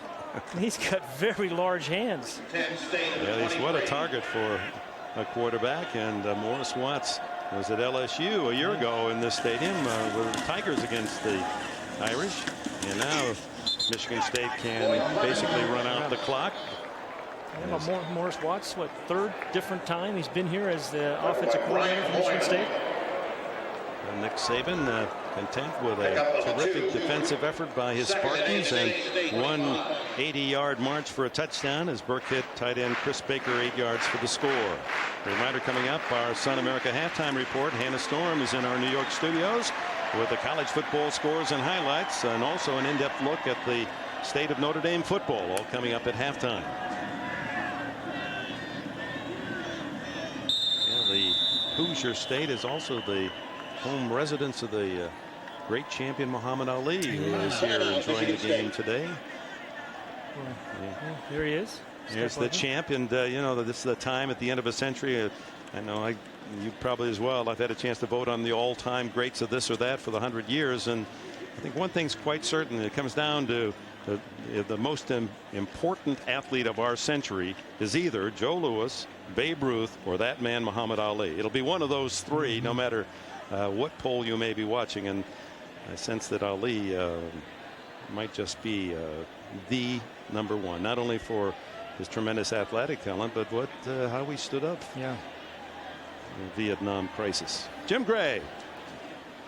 Thank you very much, Dick. Well, Muhammad Ali lives a short distance from here, just about 30 miles in Michigan. He's a big fan, both of Michigan State and of Notre Dame. And he was just inducted, as you talk about the athlete of the century, by the state of Kentucky. He is their athlete of the century, and the banquet took place during the week. Back Dick. In his, yeah, right, Jim. He was, as a teenager, the Louisville Lip, as Cassius Clay. And I've been privileged to be able to sit with him in a training camp in Munich, Germany, and he said, "You better turn on that recorder. Your grandkids are going to want to hear this." There's a fumble by Clemens, and it's picked off by Grant Irons, and Irons of the Irish have it at the 26-yard line. Well, that was like a Muhammad Ali right cross. It just knocked the ball free from Clemens, and with 31 seconds left in the half, the Irish have another chance. You know, a terrible error there. I mean, or you can say it's good defense, but Clemens has got to know all you have to do is secure the ball. And he's going to get the ball deep in the backfield. Both hands. Get both hands on it. It was the arm. It was the helmet. But I think Denman that got in there, and then Grant Irons. Now, the Irish, good defensive play there by the Irish. 31 seconds remaining. Still have one timeout. But they've not done well in these kind of situations thus far this year. So credit Denman with a hit that forced the ball free. And now Jackson with 31 seconds. Fires complete. Bobby Brown to the 15-yard line, and he's ridden down by T.J. Turner. Clock running. And now it is stopped as they'll stop it for the first down, move the chains. But then the clock will start again when it's set. Ball at the 15-yard line of Michigan State. The Irish with a chance to tie before halftime. Jackson out of the backfield to Lipinski, and he gets only a yard, and Eric Morris makes the tackle. Timeout with 14 seconds left. That's the Irish final timeout. And you didn't second guess. You're way back when they used that second timeout, Pat Hayden. You said, you know, as an old quarterback, you wouldn't mind having an extra timeout, but in the other case, maybe the time would have expired by now anyway. Yeah, you know, Dick, it just seems to me over the years, and I did it myself, you burn too many timeouts early in a half, and it's surprising how many situations you have like this. Would you love to have another one? Yeah, the first timeout was called 2:57 remaining, second 2:45.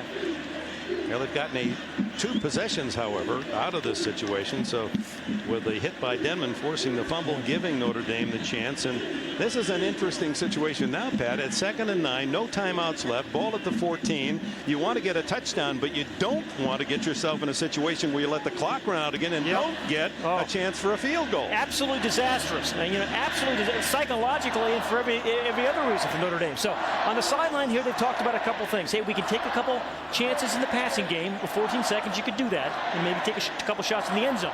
Okay, in the end zone. If you can't, you get your field goal team ready. Fast field goal, it's called. So you maybe take a couple of shots in the passing game, but you have your field goal team ready to go. They tried it the last week against Purdue and struggled on it, but they're all over there on the sideline. They've got this thing hopefully ironed out because they spent the last 2 minutes talking about it. So that field goal unit is ready to run on the field. They're all grouped around Davey as Clemens hoping that his miscue won't cost Michigan State the lead. 14 seconds. No timeouts. At the 14. Full blitz. Throw end zone to Brown. Touchdown Notre Dame. Bobby Brown.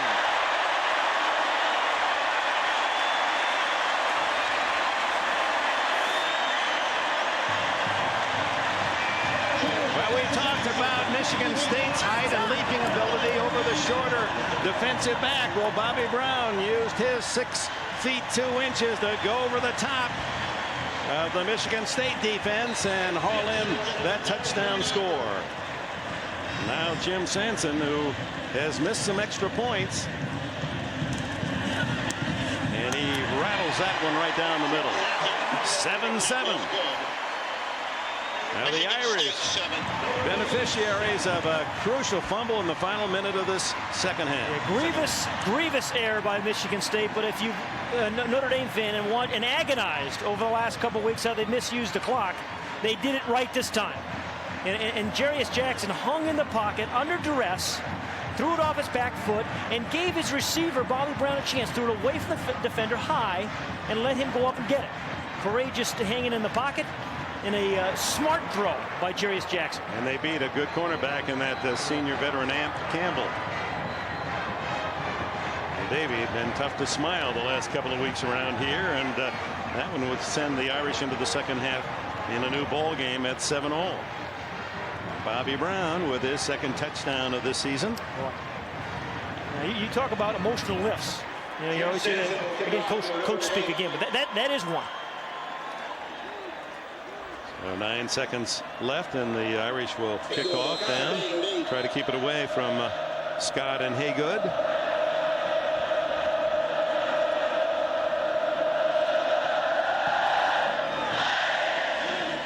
And it still bounds to Haygood at the 20, the 30, and out to the 40-yard line. He's tackled by Hebert. He's had quite a game, young Hebert. Maybe he's going to win a scholarship out of this game. Yeah, it would be. His parents would appreciate that. There's the matchup again. Bobby Brown, Amp Campbell, bottom of the screen. And watch how he hangs in there under some duress. Throws it off his back foot. The blitz on the inside. John Morandi, the center, does a good job of picking up that blitz. Allows Jackson to get the ball off. So a lot of players in the Irish offense did a good job there. And Bobby Brown making a somewhat acrobatic leap to pull in that pass. Michigan State at the 39. Just 4 seconds left. The final play for Michigan State, and Burke apparently is going to go for a long bomb. 3 wide receivers out of the shotgun. Bryant applying pressure. Burke downfield, intercepted and tackled immediately. Is Jerome Sapp, the freshman from Houston, has his first collegiate pick. End of the half. Michigan State scoring on an 80-yard drive. Burke, touchdown pass of 8 yards to tight end Chris Baker, and then a grievous error by the senior running back to cough up the ball in the final minute, and the Irish take advantage on the touchdown pass. Jim Gray with the Michigan State head coach. All right, thank you very much. Nick, how disappointed are you? You basically dominate the half and then the mistake there at the end of the half. Well, we haven't played very well on offense in the half, and Notre Dame's defense is playing well, but we were just trying to get out of the half there. We had bad field position, and unfortunately they made a good hit and a guy popped the ball out, and I think we could have got out of it with one more play if we'd have just executed the blitz right and never gave him a touchdown in the last play. But it's a little disappointing, but shit, we got to bounce back, and we got, excuse my language, but we got a family show. Yeah, it was a family show. We got to bounce back and play well in the second half. It's a 60-minute game. Nick, thank you. Very colorful. Dick Enberg. All right, Jim Gray, and those coaches, their mind isn't on a television interview when we grab them. Nick Saban is concerned about a lead that escaped and a game at halftime that's tied at 7-7. That's it from South Bend for the moment. Now let's go to Hannah Storm in our New York studios with the Sun America halftime report. We'll see whether or not scoring that late will give the Irish the bounce that they didn't get the last 2 weeks. Yeah, you're right. You talk about emotional lifts. It was, but the Irish really haven't taken advantage in the first half, at least, of great field position. They had 8 series, averaged their own 45, and really that was their only score. So Michigan State probably should have shut them out in that first half and had played very good defense. Let's take a look at the statistics here at halftime of this long-standing rivalry, and with some action late in that half, the Irish actually gained 5 more yards. 2 turnovers by Notre Dame. You don't count the block punt as a turnover. The interception came on the last play of the first half on the long pass from Burke. Pretty good defensive by both teams. The offense has not been dynamic on either part. So on this grand September day here in the Midwest, the Spartans and the Irish are ready to battle in the second half. Back at Notre Dame, ready for the second half, tied at 7-all, the Spartans and the Irish. Just moments ago, Jim Gray with the Notre Dame head coach. All right, thank you very much, Dick, here with head coach Bob Davie. Bob, the inability in the first half to move the ball. What do you plan to change here at halftime? I thought we had a chance to move the ball. We've got to have some guys step up and make plays. I wouldn't call it an inability to move the ball. I'd call it an inability to make some plays. We dropped a couple balls. We had a fumble when we got the quarterback sack. We underthrew a deep ball. There was a chance for a touchdown, and then they stripped the ball. So I don't quite see it as inability to move the ball. I see it as we haven't made plays when we've had some chances. And all the mistakes, they've got to continue to concern you. I don't see a whole lot of mistakes. I think it's a pretty well-played football game. We've had a couple procedure penalties. I think we're playing pretty hard right now. We're going to come back in the second half and play as good as we can play. Thanks, Bob. Good luck to you. Back upstairs to you, Dick. All right, Jim. Well, you got a taste of both coaches. There's so much involved, their team, and the importance. And you made the comment when we were visiting at Michigan State, and then again with Bob Davie yesterday, how difficult it is to be a head coach at a major university football program. Everyone wants you to be 11-0 every year. The schedule makers don't make it very easy, do they? No, they don't. Not for Bob Davie again. He wants to win this game. He's 2-2. A bye next week. Then the rest of the schedule, beginning with Oklahoma and Michigan State, with an opportunity to start their season 3-0, heading to the Big Ten. As this second half underway, deep it goes, and taking it out is Tony Driver. Driver to the sidelines and breaks a couple of tackles, and it takes the kicker to get him out of bounds. Good return by Tony Driver. Sometimes when your offense is struggling, special teams have to come up with a play. The Notre Dame special teams, they blocked the punt in the first half, and they get a real good, I think it was Julius Jones on the block there. But the special teams opened the second half and put their offense in very good field position. So special teams, which play about 25% of the game, if you play them well, they can win you 2-3 ball games a year. It was Plaxico Burris, the wide receiver, who made the saving touchdown. They thought it was the kicker, the last man back, and Burris with a big defensive play. Who would have expected that? First down, Notre Dame at their 41. Up with the option and the toss. Tony Fisher, and the sophomore wrapped up as he crosses the 45-yard line. Good play by Richard Newsom and Josh Shaw. Nick Myers in on the play. There's the quarterback comparison, Pat. Really identical. I mean, this interception really shouldn't count. That was kind of the end of the half, just trying to throw it up there, hopefully something was going to happen. Neither offense really, as we talked about, has been terribly dynamic. I think we've seen some good, quick defensive plays, but they're going to have to come up with something in the passing game really to open this game up. Either one of these teams. Second down and 5. And the option the other way to Fisher. Chased by Robert Smith. Fisher gets to the sidelines, but steps out shy of the 50. So he'll be short of the first down by 1.5 yards. Yeah. A really good play by Eric Morris, the strong safety. Now, he didn't really actually knock Tony Fisher down, but you're going to see him come up here and really make a play on this option play down the line. When Eric Morris is their strong safety, the lead tackle, fights off the lead block. I mean, that's a hard thing to do, that lead option.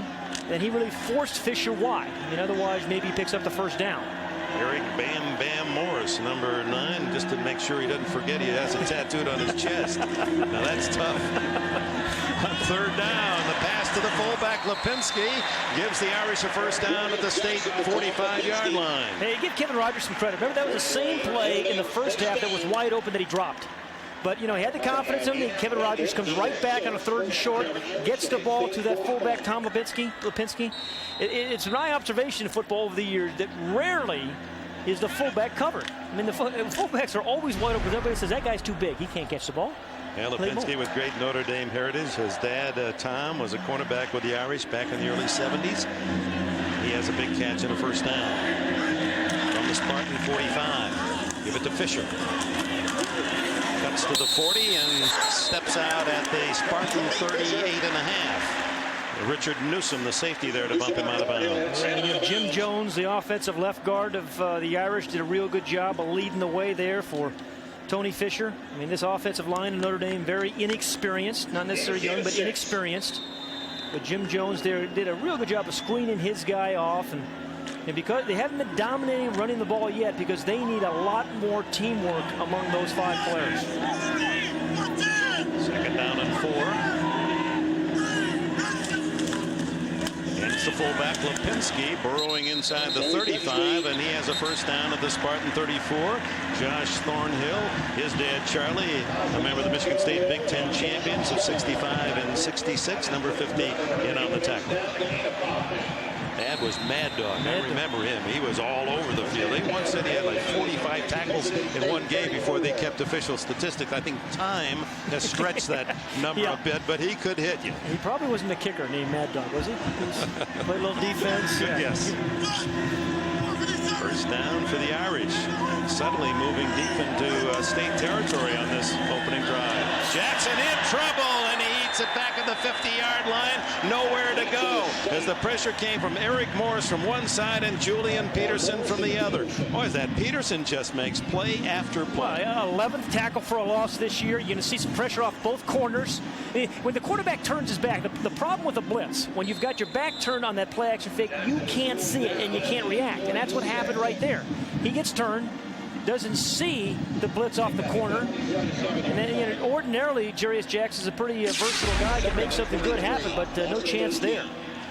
Well, Peterson continues his big play. His dad, an FBI agent for 17 years around the nation's capital. They mark it at the 47, so it's 2nd and 23. Jackson lofting it for Rakai Nelson, fighting the defender. Who's got it? Nelson. Oh, my. Excuse me. That was an oh my catch for Nelson. It appeared the Spartans were going to intercept. It's a 32-yard play. Now, Jarius Jackson is not stepping into the ball, but nonetheless, he well covered, and sometimes when a guy's well covered, an underthrown deep ball is the best play he can make. And Rakai Nelson, their leading receiver, just made a fabulous adjustment. Fabulous. That's turnabout fair play. It was Hill that took the ball away from the Irish receiver, Javen Hunter, in the first half, and now it's Hill denied by the hands of Rakai Nelson. First down at the 15. Tony Fisher for 3, maybe 4. Strong play by Rakai Nelson.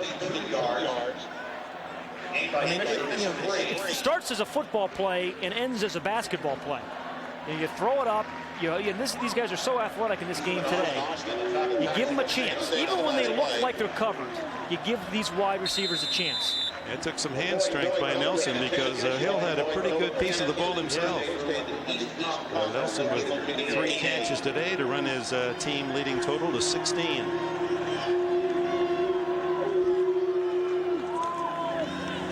option, goes to the fullback, good speed, and he gets nowhere as T.J. Turner was in the backfield to make the tackle for a loss. That'll bring up 3rd and 10. Bill Miller, the defensive coordinator of the Spartans, said to us this week, T.J. Turner, number 35, has to have a good game for us against the option, or we're not going to have a chance. And then there's Bill Miller, the defensive coordinator. His first year comes from the University of Miami, Florida. Well, they've done a good job on the option. Absolutely. There has been a big play off the option. Absolutely. 0 for 5 on 3rd and long. It's 3rd and 10 here. Can't take the sack. 5 defensive backs for the Spartans as Jackson will accommodate, but he lost the ball for Brown, and this one's intercepted as Amp Campbell makes amends for the touchdown at the end of the first half. Campbell, great position with the interception, and he has his first pick of the year.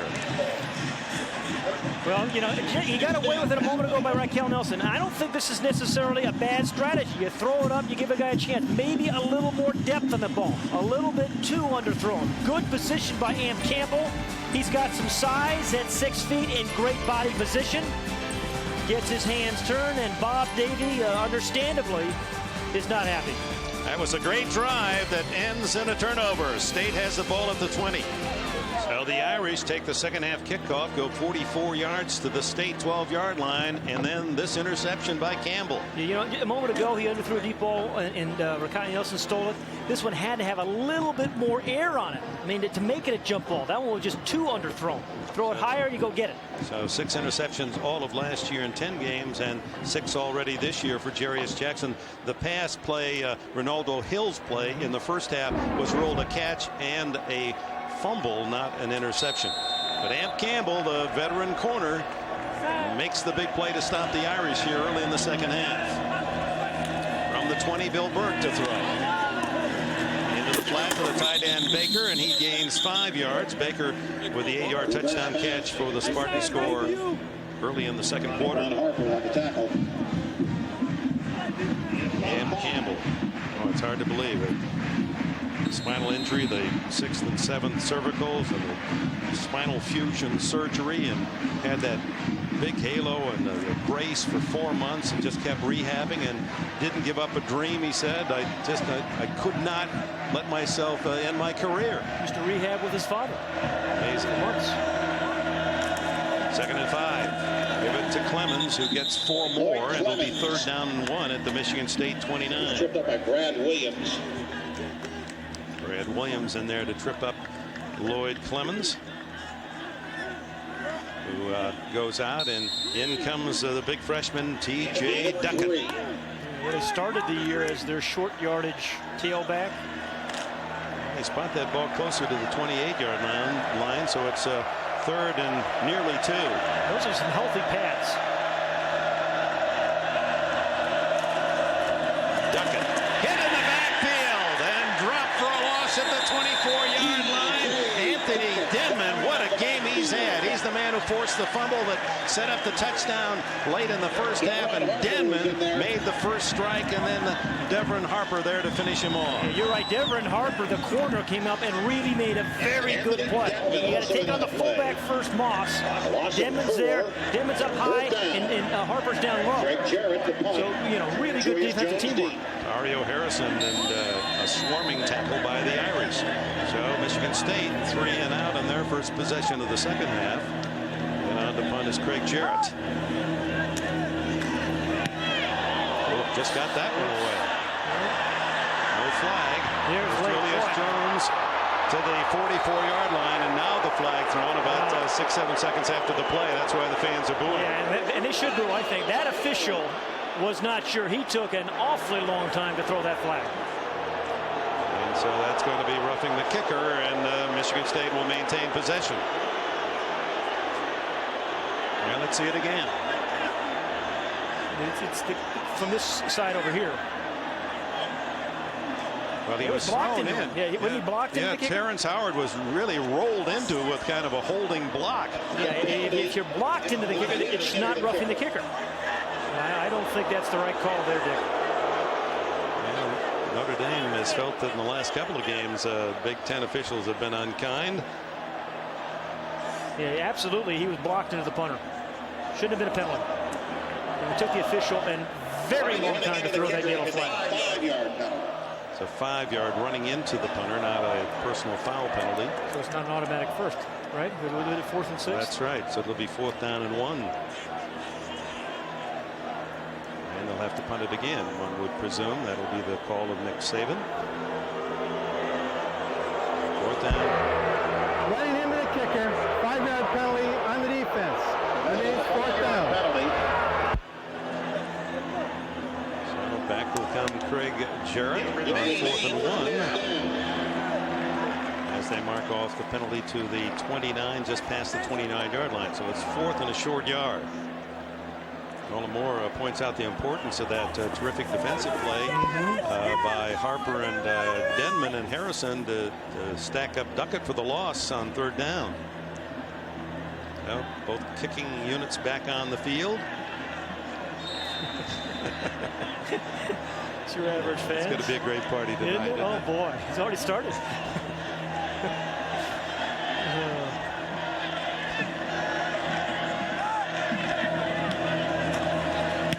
Jarrett delivers a high. It's the best kick of the day for him. Backpedaling is Jones all the way to his 18, 25. Now see some daylight at the 30 and out to the 37-yard line. Yes, sir. Julius Jones, the 5'10 freshman from Big Stone Gap, Virginia, is going to excite Irish fans for 4 years. He's got some talent. 54 yards on the punt, 19 on the return. You know, the Irish have had some bad luck with calls. Remember last week, some very controversial calls. Well, Purdue was not called for 12 men on the field on the 4th quarter punt, which would have given the Irish a first down. That was late in the game, as you well recall. And then the apparent winning Irish fumble recovery for a touchdown, called for a touchdown, overruled by another official. Play down. And finally on the goal line stop, precious time ran off the clock as referees did not see Purdue calling a timeout. Cost maybe 10 seconds. They complained to the Big Ten office on all 3 calls. Tony Driver off the option, and he has a first down at the 49-yard line. You know, Dick, this is the first time I've seen Jarius Jackson deal the ball on the option this game and look comfortable doing it. He's had some just terrible pitches this year. But this game, he seems much more comfortable coming down the line and pitching the ball. Last year, he carried the ball 99% of the time on options. This year, he's pitching it more, but has had some bad pitches. But today, he has been perfect. Just a footnote on the penalties and the officiating last week. You know, it's the losers that complain, though. Yeah, you notice that through the years? Winners don't usually talk about, you know, they missed that one. Let's get that guy next week. Driver again, living up to his surname, to the 45 of Michigan State. A pickup of 6 before Josh Thornhill can put a stop on him. Morris there as well. Here's Thornhill. As a true freshman, he started 6 times last year and averaged 9.5 tackles a start. So he's going to be around in that green and white at Michigan State for a while. Runs the 40 and 4.6. His dad is now security sergeant at the state capitol, the Senate. 2nd down 4. Ooh, quick toss to Driver, being chased by Robert Smith, who makes the tackle. Smith getting him by the heels, denying a first down. Boy, 278 pounds. Is Robert Smith quick? I mean, 2 years ago, he had a great year. He's right down here. Well, the pitch is almost intercepted there. By Julian Peterson. Yeah, by Peterson. I mean, they've got some quick defenders. Smith had, 2 years ago, had a sensational year. Last year was a down year for him, but he's been off to a very good start this season. And he does have 14 career sacks and 24 tackles for loss prior to this year. Yeah. Now 15 sacks and an interception too. 3rd down 4.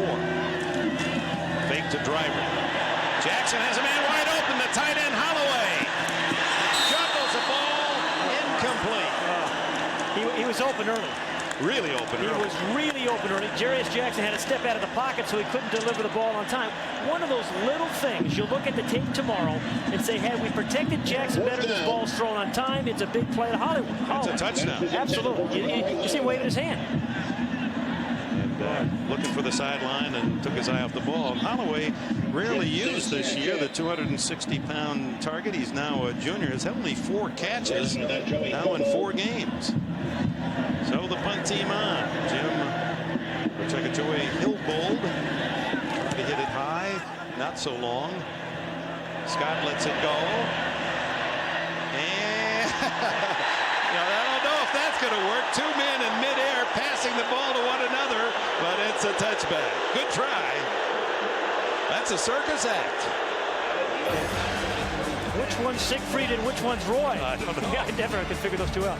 It looked like his foot was on the. He was already in the end zone. Yeah. Timeout. Still tied at 7. Back in sunny South Bend with a score tied here in the 3rd quarter. And a reminder, next weekend NBC brings you 16 and a half hours of coverage. Golf's premier international team competition, the Ryder Cup. Tiger Woods and the U.S. team. That's Sergio Garcia, the Tiger Woods on the European side, the young Spaniard. And by the way, for those of you on the West Coast, a Ryder Cup preview show will follow the game today. Ryder Cup begins next Saturday, 8 a.m. Eastern, 5 a.m. for you out there. Get me up early. Los Angeles. I won't be up though. I'm going to watch all 16 and a half hours. I've got a favorite. You're not alone. Steve Pate is my surprise pick for a star for the U.S. team. A USC guy talking about it. UCLA golfer. How about that? It's all right for golfing. Burke fires to a wide open Plaxico Burris, and the 6'6" target from Virginia Beach, Virginia, has a Spartan first down at the 35. Plaxico Burris, number 7 on here on the outside. Again, when you're 6'6", boy, it really makes it easy for your quarterback to see you over and through linebackers. Now, I mean, they throw him jump balls. It doesn't mean they don't run him over the middle. It was the second crossing route they've thrown to Burris today. But he can jump over, he can run by you, or he can run over you at 225 pounds. 3rd catch for Burris, his 11th of the season, leading the Spartans. Another throw by Burke, this time to the other receiver, Gary Scott. And Scott more dangerous in the open field. Boy, he's got the Irish defense turned around inside out and races to the 48-yard line of Notre Dame and a first down. This guy does everything. He's a leader on the team because he's a co-captain. Returns punts, returns kicks, and then he makes plays like this. Really nice design. Morris Watts, the offensive coordinator. There's a back in the flat. The linebacker takes him, and they curl Gary Scott behind him. And then a very good run after the catch. Interesting point, I thought, Dick, is very rarely do I see a team where a wide receiver is a captain of a team. He must be a good leader because he is a single offensive captain on this team. Talking with him at East Lansing a couple of days ago, you could just see it in his eyes that he has leadership. And there is a big play again by Denman. Grant Irons had given the quarterback Burke something to look at, and Denman, who has played an outstanding defensive game, the best we've ever seen him play, registers the sack. A high school tailback. Watch these guys inside. Denman was kind of a delayed blitz by Denman. High school tailback. All these linebackers have speed. Talked about it this week online. But this guy can really make some plays. Has all day. And Grant Irons, the best we've seen him play. And he's like you. They asked him what his hobbies were, and he said fishing and chilling. I know you're that. Well, I'm good at the chilling part, yeah. Yeah. 2nd down, 17. And a flag down. It appeared that the right tackle, Greg Robinson Randall, released prematurely.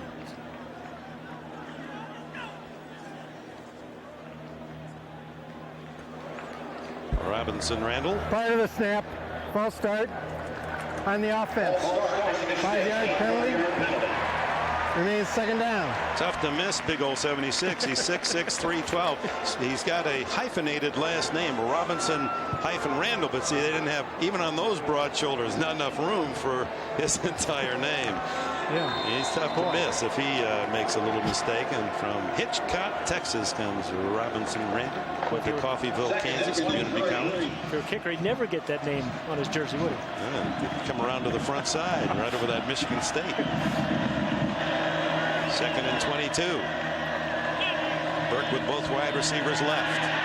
Looking down the middle, fires incomplete. Good coverage. Johnny Sanders had drifted in front of the potential pattern as Scott and Burris breaking across the middle. I'll tell you, good inside rush, too, by Lance Legree and Andy Wisning. I mean, that's what forced that underthrown ball. Yeah, they welcome Legree back, who missed both the Kansas and the Michigan games. The senior from St. Stephen, South Carolina. He gets a good push from that defensive tackle position. And that's terrible for a quarterback. You can't follow through and get enough on the ball if there's people in your face, and they're getting that inside push.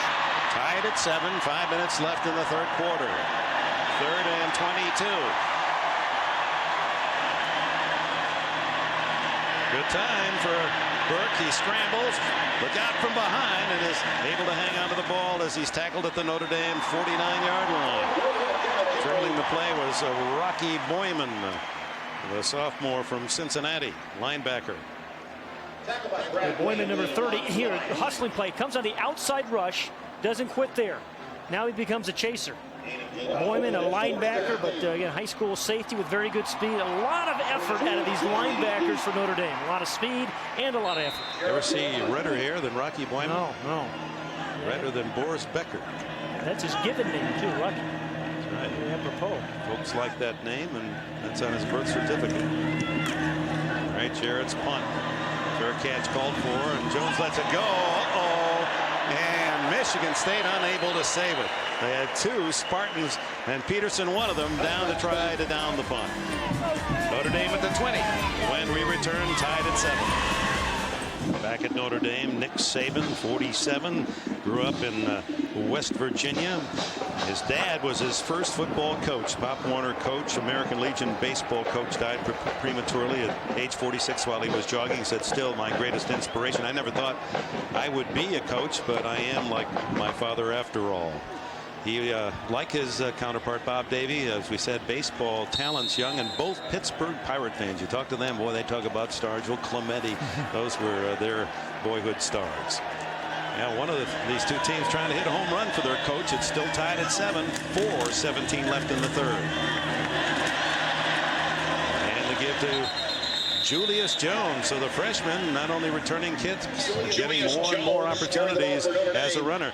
Well, it's tough being a coach. It's a lot of time taken away from a family, but for Nick Saban, he tries to involve his 12-year-old son, Nicholas. He said, hey, the nice thing about it, I could even take a recruit to a basketball game and have my son there at my side while I talk to a recruit. Yeah, that's what he said he likes about the college game. His son and daughter to the games.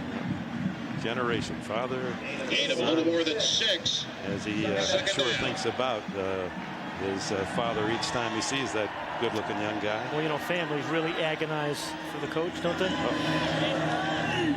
How tough is it here at South Bend for the Davie clan? Wow. Good fake by Jackson. Fairly open field, able to kick free from Peterson, and still dropped at the 33-yard line, but that'll be a first down. TJ Turner secures the tackle on the 235-pound quarterback, Jarius Jackson. I've always loved the determination of Jarius Jackson.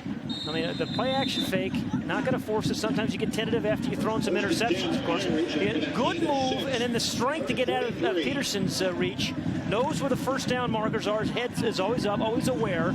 Very smart play by Jarius Jackson. I saw with Hannah Storm at halftime. Salute to Jackson being the sole captain of this team. Respect to that for him. The freshman hit the backfield, breaks a tackle, but can't overcome the surge of 3 more Spartans led by Peterson again.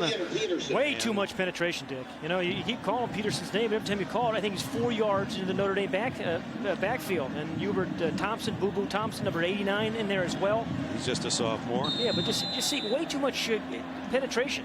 They're never letting the play develop. Richard Newsom from safety also in on the stop. Second and 14. 4-yard loss. Brings up 2nd and 14. Closing 2.5 minutes of this third quarter. Been a bruising battle as expected. I believe Michigan State offside. Jackson's going to run it anyway. Out to the 36-yard line. 1 tackler away, and that was Ronaldo Hill from a big play. Yeah, it's a free play, and Bobby Brown knew it. Bobby Brown was the receiver who missed that block, and he's upset with himself right now because he realizes if he makes that block, Jarius Jackson is going to run for another 30 yards. And he is very upset with himself. See, there's the offside on the left side of the line. Right there. Now, as a quarterback, hey, I've got a free one. You'd love to be able to throw this ball downfield. Now, over on the right of the screen, Bobby Brown right there just couldn't get him. He was afraid of the clip. But if he blocks Ronaldo Hill, Jarius Jackson may still be running. Saban is pleased with the way his team is playing here in the third quarter. Actually, Notre Dame outplaying Michigan State in this period, while the Spartans seem to have the upper hand, although let the lead get away in the first half. Now, neither team is playing very well offensively. I mean, that is clear. Defense. 5-yard penalty to the previous spot, remains second down. Now, Jackson front, not, although more than the 5 yards, not enough to give up the down as well, so they'll save the down. It'll be second down and 9. They need a catch and run. You know what Notre Dame needs is an easy 8 or 10 yard completion with a wide receiver who catches it in full stride and can run with it after the catch. Jay Johnson down the bottom of your screen with Ant Campbell on him.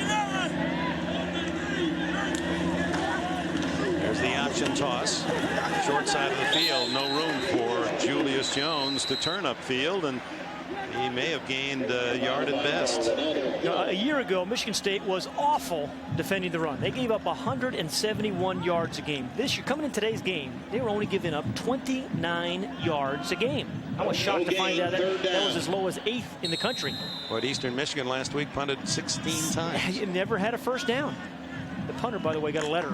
Eastern Michigan got the full letter for the year. Got 3 letters.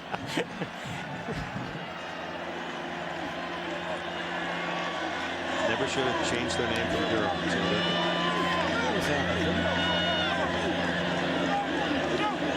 Third down and 9.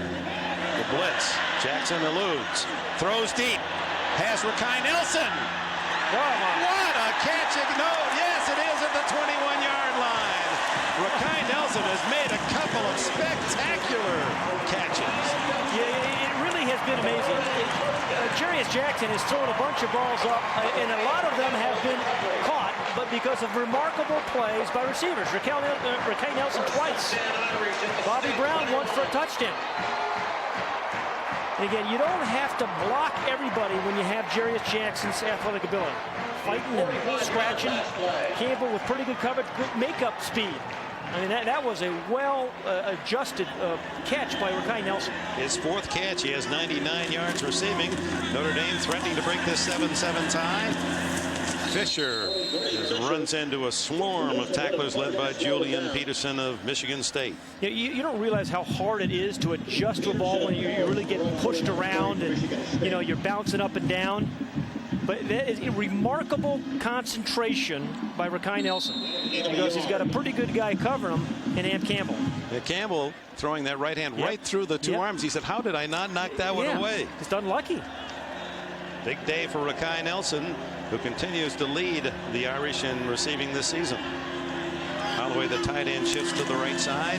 Up the middle goes Fisher. And he's to the 16-yard line, where Josh Shaw leads the tackling group of the Michigan State Spartans. Dick, real tough situation for Bob Davie, I think. It's 3rd and 4.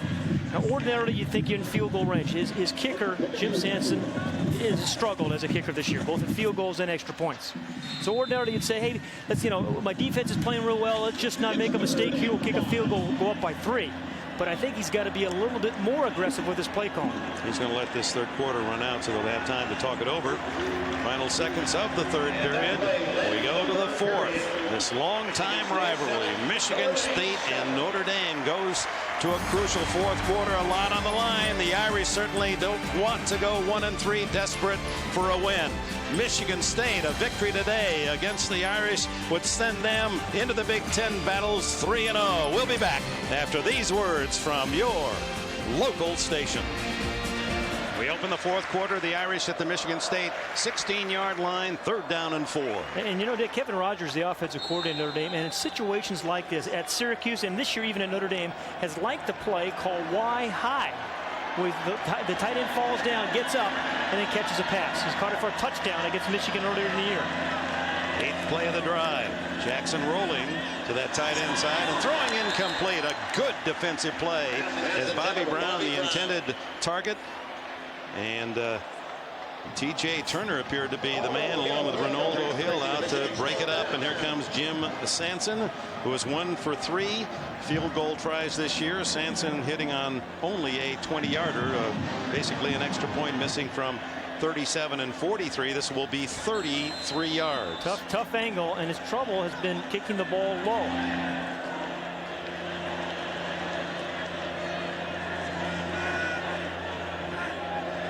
To give the Irish the lead. It's up. It is good.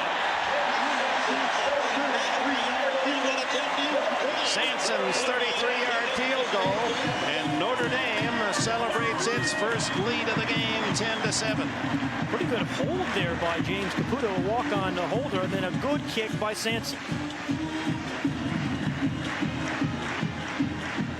There's a snap, a little off center, kind of wobbly, gets the ball down and up. There's Caputo, the holder. And then, you know, give Sanson some credit. I mean, you have to battle with your confidence, as he has this year some. But in a clutch moment when your team really needs it, you get a good hold and you knock it through and put your team up by 3. Now the senior from Scottsdale, Arizona, Jim Sanson, his second field goal of the year, and Notre Dame finally in the lead, 10-7. Michigan State's got to get their offense going. They just have not been terribly dynamic on offense. And Bill Burke, the quarterback, is going to have to get the ball some to his wide receivers. One can't help when you see that score to think about 1966 and perhaps the most famous or infamous tie in the history of college football. State and Notre Dame 10-10. As the Irish went on to win the national championship with a tie under Mara Parsegian. Scott at the 5, 20. And good coverage. And Hebert in on another tackle. Give the kid a scholarship. Come on. Yeah, right. Dig down deep, Notre Dame. Give that Hebert a scholarship. Oh, man. He's had a terrific game, this walk-on. Well, October 30th, they play Navy. He'll be playing the opposing team's wishbone quarterback later in the year. And talked to him last year. A terrific student, an honor student. And just happy to pull on those pads as a Notre Dame player. The star of his dorm, you can be sure of that. Absolutely. And this was kind of a punishing. He got a little help from Sapp, Jerome Sapp, number 20. I think Sapp got about 80% of that tackle. Yeah, but he has a scholarship. It's true. So Michigan State trailing 10-7 early in this fourth quarter. Just seconds gone. Clemens out of the backfield, and Burke, the left-hander. Denman forces the throw, and it's to the sideline. Short yardage complete to Plaxico Burris. Again, as we said earlier in the telecast, that Plaxico, he said his great-grandfather had the name. It goes back over 100 years in the family. Gain of 7. He had an 86-yard touchdown against the Irish a year ago. They've been able to keep him to short yardage today. I was surprised to understand that was the longest pass play for a touchdown against Notre Dame in their storied history. 7 yards on the reception.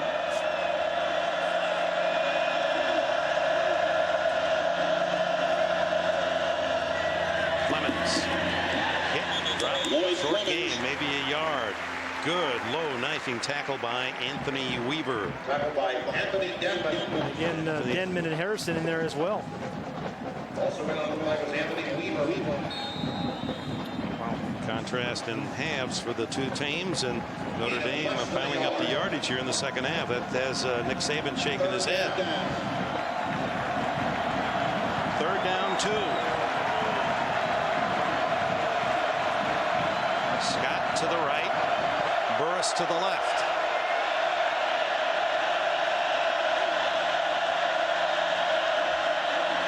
The throw complete.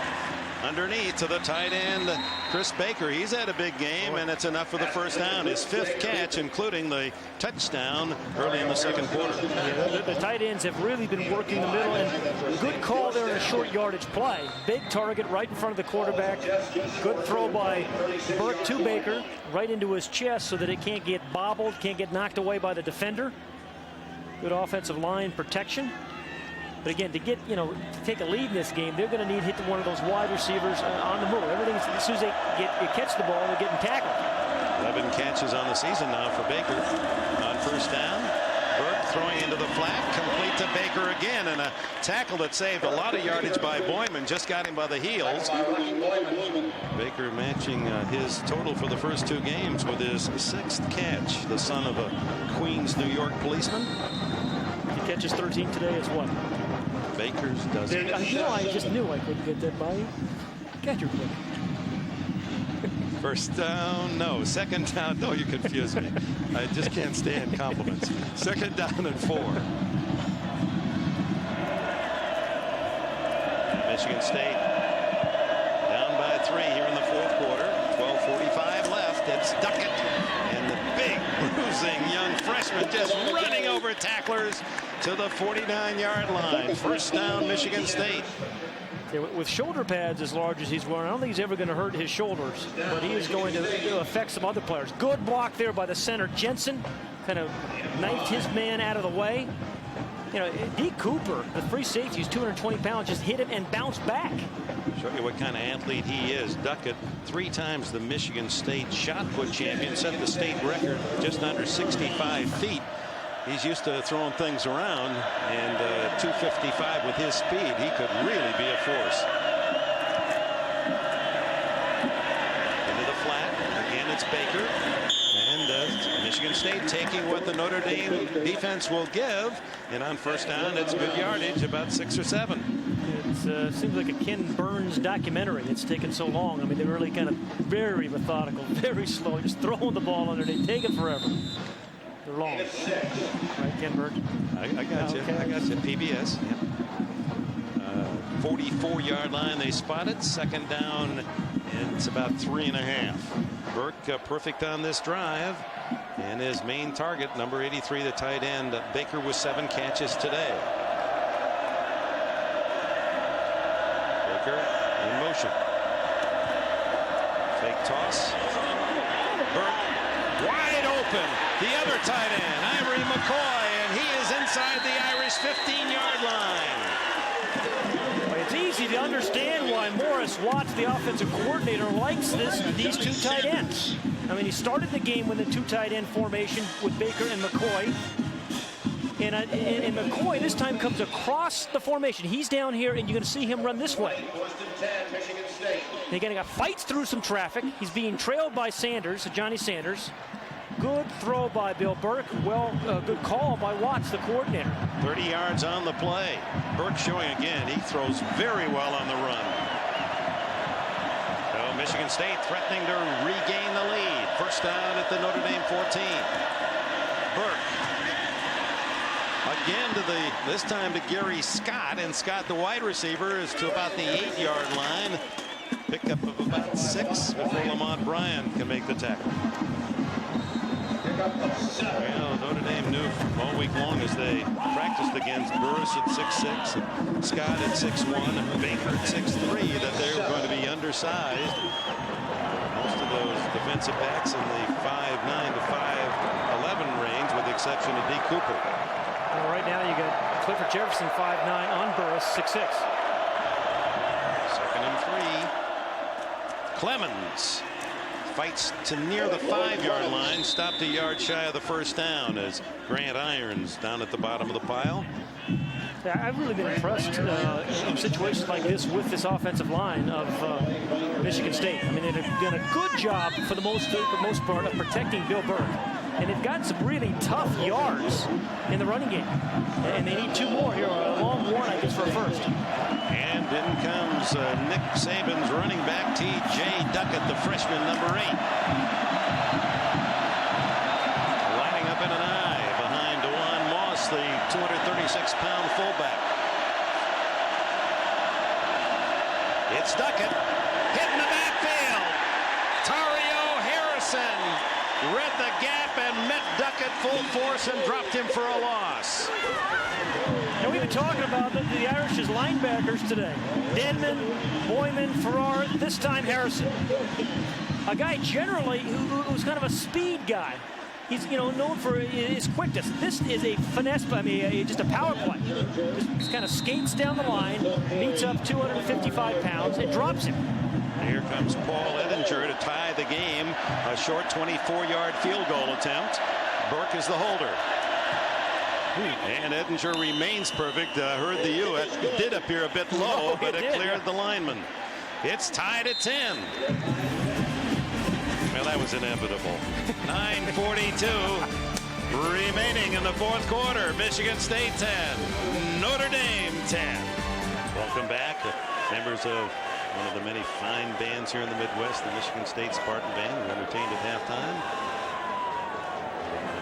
The Irish and Spartans continue to battle here into the fourth quarter. Defense has been the key today as we're tied at 10 once again on Edinger's 24-yard field goal. He remains perfect for the year. 6 for 6 field goals, 9 for 9 points after. 32 Terrence Howard. Deep with Tony Driver.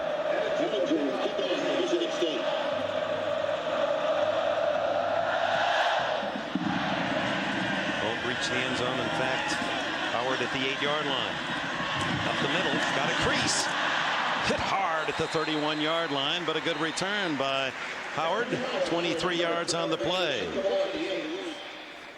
A reminder, folks, part of NBC's Premier Week coming up.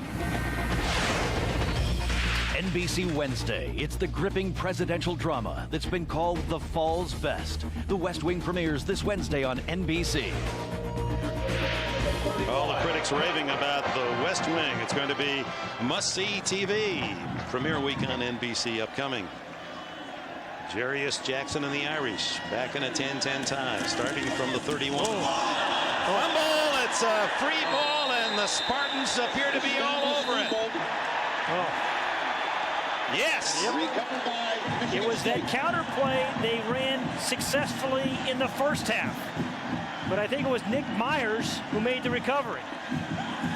The ball got caught on the running back's hip. Did you see that, Dick? Remember that counter play that Tony Fisher got in the first half pretty well? For a nice little gain? Yeah. See, there's the fake to the fullback. Then he hits it on Lipinski's hip. And it rolls right into the Michigan State defender. So it was a free ball, and Myers alertly falls on it, the sophomore from Springfield, Ohio. And Notre Dame miscue leads the Spartans to a golden opportunity. They've just kicked a field goal to tie it, and now they're presented with a gift at the 31-yard line. And converting turnovers not successful thus far. Another chance for Bill Burke. Throws into the flat to the running back. Clemens breaks one tackle. Still on his feet inside the 25-yard line. Hard running from the senior from Detroit. This Notre Dame defense, their offense has been 4 offensive turnovers by Notre Dame today. But the Notre Dame defense has rallied. You know, they've held Michigan State to 10 plays. And it's because of hustling defense like this. Now, this is a positive gain for 8 yards. Burke trying to get the ball downfield. But you see a lot of guys hustling even when they don't make the play. Farrar's there. Jefferson. The defense, really on both teams, have played very well when the offenses have really sputtered. Myers happy with that fumble recovery, hoping to give his Spartans a lead again. Second and short. Clemens, big hole, and he's to the 15-yard line and a first down. DeJuan Moss, the fullback, clearing the way with a big block. Well, in a game like this where your defense is playing really well, you have to know the circumstances of the game. But first of all, watch the hole open up right in here inside for Clemens. Sakura, number 70, Jensen, the center, doing a good job. But Dick, now if your quarterback's telling your team, know the circumstances. Our defense is playing well. 8 minutes left in the ball game here. We should be in field goal range. Yeah, of course we're going to try to score the touchdown, but don't turn it over. No sacks, no turnovers. Secure the ball when you go through the line. Lloyd Clemens, the single back. Burke fakes to him. Lots of time. Able to elude 2 defenders and throws incomplete. Intended in the corner for Chris Baker, who has been his #1 target today. D. Cooper was over there along with Clifford Jefferson. Really impressed with Bill Burke's mobility. Burris wanted the ball. He thought he was open for a score. Play by Cooper. Let's see where Plexico Burris was on the play. Indeed, he was open. You remember the quarterback that was running over to his right. He may not have seen him, but he was open. Second down, 10, Michigan State. Nearly perfect in the second half. Burke 10 out of 12.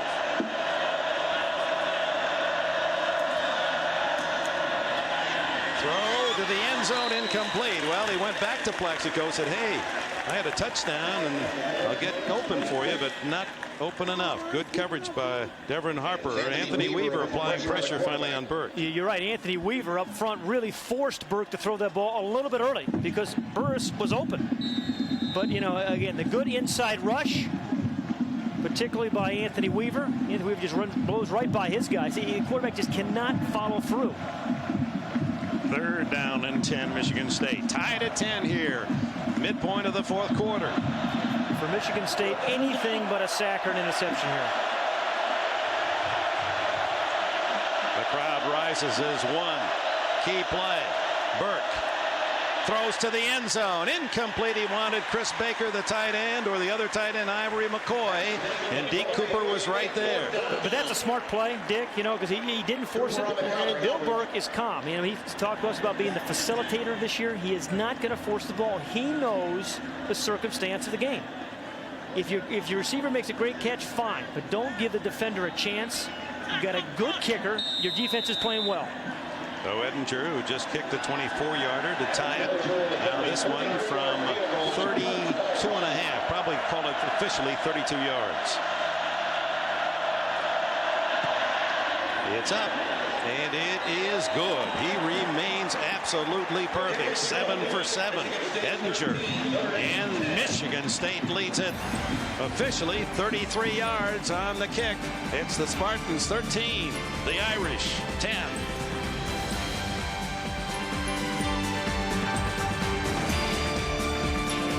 Back in Notre Dame, Michigan State scored early, 7-0.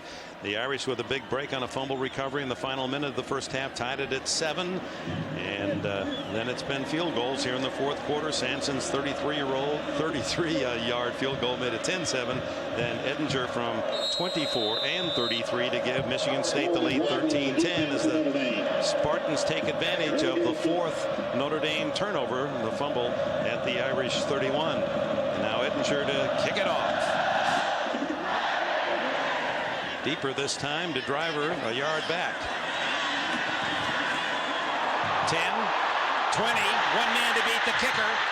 And he gets it. Edinger saves a touchdown with a tackle at the 40-yard line. Oh, I mean, you can look at it two ways. Great play by the kicker, or if you're the return man, you've got to make the kicker miss. 41-yard return and nearly a touchdown. Well, you know, from the very moment he took this, it looked like something good was going to happen. They had a real good seam there, a real good seam. Then one guy left. Tried to set him up, but, you know, that's a good tackle by Edinger. Jonathan Hebert, number 48, who's had a real good special teams game.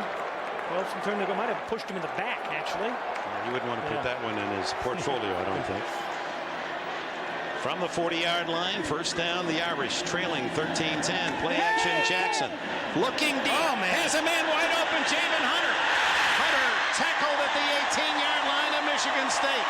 And Peterson, the linebacker, all the way downfield to make the tackle. Dick, nice play, but it should have been a touchdown. That's an underthrown ball again. I mean, that one, Jamin Hunter is open by 10 yards. If you lead him, it is an absolute score at 6 points. It's underthrown. He's waiting what you saw how open he was. Now, you know, if Notre Dame doesn't score, that's a critical mistake. He was wide open. Yeah, he had to stop, wait for the ball. Should have been a touch. JJ connection, Jarius to Javen. 43 yards on the play. And now up the middle goes Tony Driver. Not much there. Every possession now critical, under 7 minutes left in this 4th quarter. Michigan State leads by 3, and down at the bottom of the pile, big number 91, Robert Smith. Getting up slowly. Perhaps the wind knocked out of him, and that was quite a collision with Tony Driver. Both men down on the canvas. So we'll take a timeout with a score. Michigan State 13, Notre Dame 10. It's a heck of a collision here between Robert Smith and Tony Driver. Kind of nice into the hole, shoulder on shoulder. It looked like Driver actually hurt his shoulder. Smith was down after the play also, and they took Tony Driver into the locker room. One more wham block here. Holloway. Boy, Robert Smith, well, that was head on. So Driver apparently the worst of the two, and holding that left arm, cradling back to the locker room where x-rays will be made. Jim, do you have a report on the injury? Yes, I do, Dick. He was just taken off, Tony Driver, and the doctors tell us that they're fearful that he may have a broken collarbone. They will x-ray it right now. He will not return to this game. And when we have the results of that x-ray, we will let you know. As for Robert Smith, he's going to be all right, just shaken up on the play. Dick? All right, thanks, Jim. So Tony Driver out and Tony Fisher in to replace him. 2nd down and 9. With the Spartans leading by 3. Ball inside the 20. Quarterback draw, and well done by the Michigan State defense. And the man who ruined the play was Desmond Thomas. He had infiltrated and forced Jackson off course, and there was plenty of help. And once again, Julian Peterson with a hit. You keep calling Julian Peterson's name. Sometimes he's the front guy, sometimes he's the cleanup guy. The quarterback draw, which Jarius Jackson has run so magnificently the last couple of years. First of all, they didn't fool the defense, and then they certainly put a stop on him early in that run. No gain, 3rd and 9. Harris had made good on only 1 of 9 long-yard 3rd down situations today. Blitz. Jackson throws. Incomplete as Ronaldo Hill breaks up a potential touchdown throw. Leaping high was Rakai Nelson. Well, again, they've made a couple of these connections. Rakai Nelson's made 2 great catches today on plays somewhat like this, but a terrific play again by Hill. But again, I want to go back to the underthrown deep ball earlier in this drive when Jarius Jackson had Javen Hunter wide open for a touch, didn't get it to him. Now they forced a field goal attempt. And it'll come from just inside the 35-yard line. Officially 34 yards for Sanson to tie it up. And it is good. He got that one up quickly. So 4 field goals, 2 aside here in the 4th quarter. The game remains tied at 13 with 5 minutes 44 seconds to play.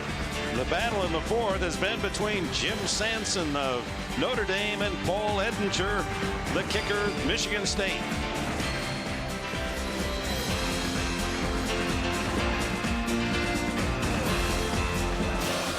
Yeah, Pat Hayden always loved that concerto for cymbal. Your favorite music. He was fighting back that smile, just couldn't resist at the end, could he? Tied at 13 with 5:44 to go, and a deep kick by Sanson. Whoa, out of the end zone. Michigan State will begin at the 20-yard line as the shadows grow here at Notre Dame Stadium. Coming down to each crucial possession, final minutes, and needless to say, those of you who've been following Notre Dame, it has been their undoing the last 2 games at Michigan and at Purdue. Chances late in the 4th quarter. But, you know, they do have all 3 of their timeouts. So does Coach Saban's team. Those Knicks team has all 3 as well. But, you know, here's the key. You gotta have to get some pressure on the quarterback. You know they're going to be throwing the ball. 5:39 remaining. Get some pressure on the quarterback. Notre Dame really hasn't gotten much to Burke. He's done a good job of avoiding the rush. Burke sends Baker, the tight end, in motion. Too much time. Knocked in the air. Is it intercepted? No. Unable to come down with it was Anthony Denman. He was up high over the pile, but hands reaching. You're right. Somebody made a nice play from the Michigan State side trying to knock it down. I think it may have been a lineman. Bill Burke against avoiding the rush, stepping up into the pocket, keeping his eyes downfield. There the ball goes up. Now, what? I don't know who. Another white guy in a white jersey knocks it away. It was Harrison. Dario Harrison, 51, who tipped the ball, and Denman had the best chance to recover for Notre Dame. Well, you can see, look at me, Gary Scott, the wide receiver, who came in to knock it away. Big play. 2nd and 10.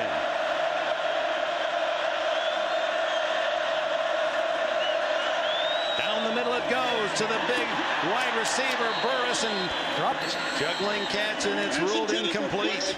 You know, he is a talent, but he drops a lot of balls. Dropped 3 last week, dropped that one. I mean, he's made some good plays today, but he looks like he cradles the ball to his body a lot instead of catching it with his hands. Uses that square in route. It's the 3rd time we've seen it. It just doesn't secure the ball. That should have been a catch and a first down. Good throw by Burke. And the juggling catch with pressure on. Boyman there to help knock it loose. 3rd and 10, and the student body at Notre Dame down at that end making a lot of noise for Bill Burke.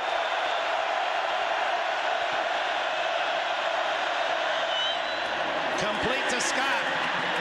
Is he in bounds? If he is, this is a touchdown for Michigan State. Big play, 80-yard touchdown, Gari Scott.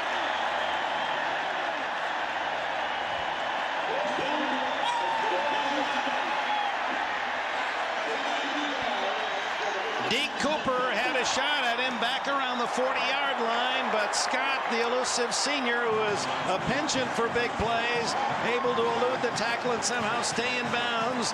80-yard touchdown.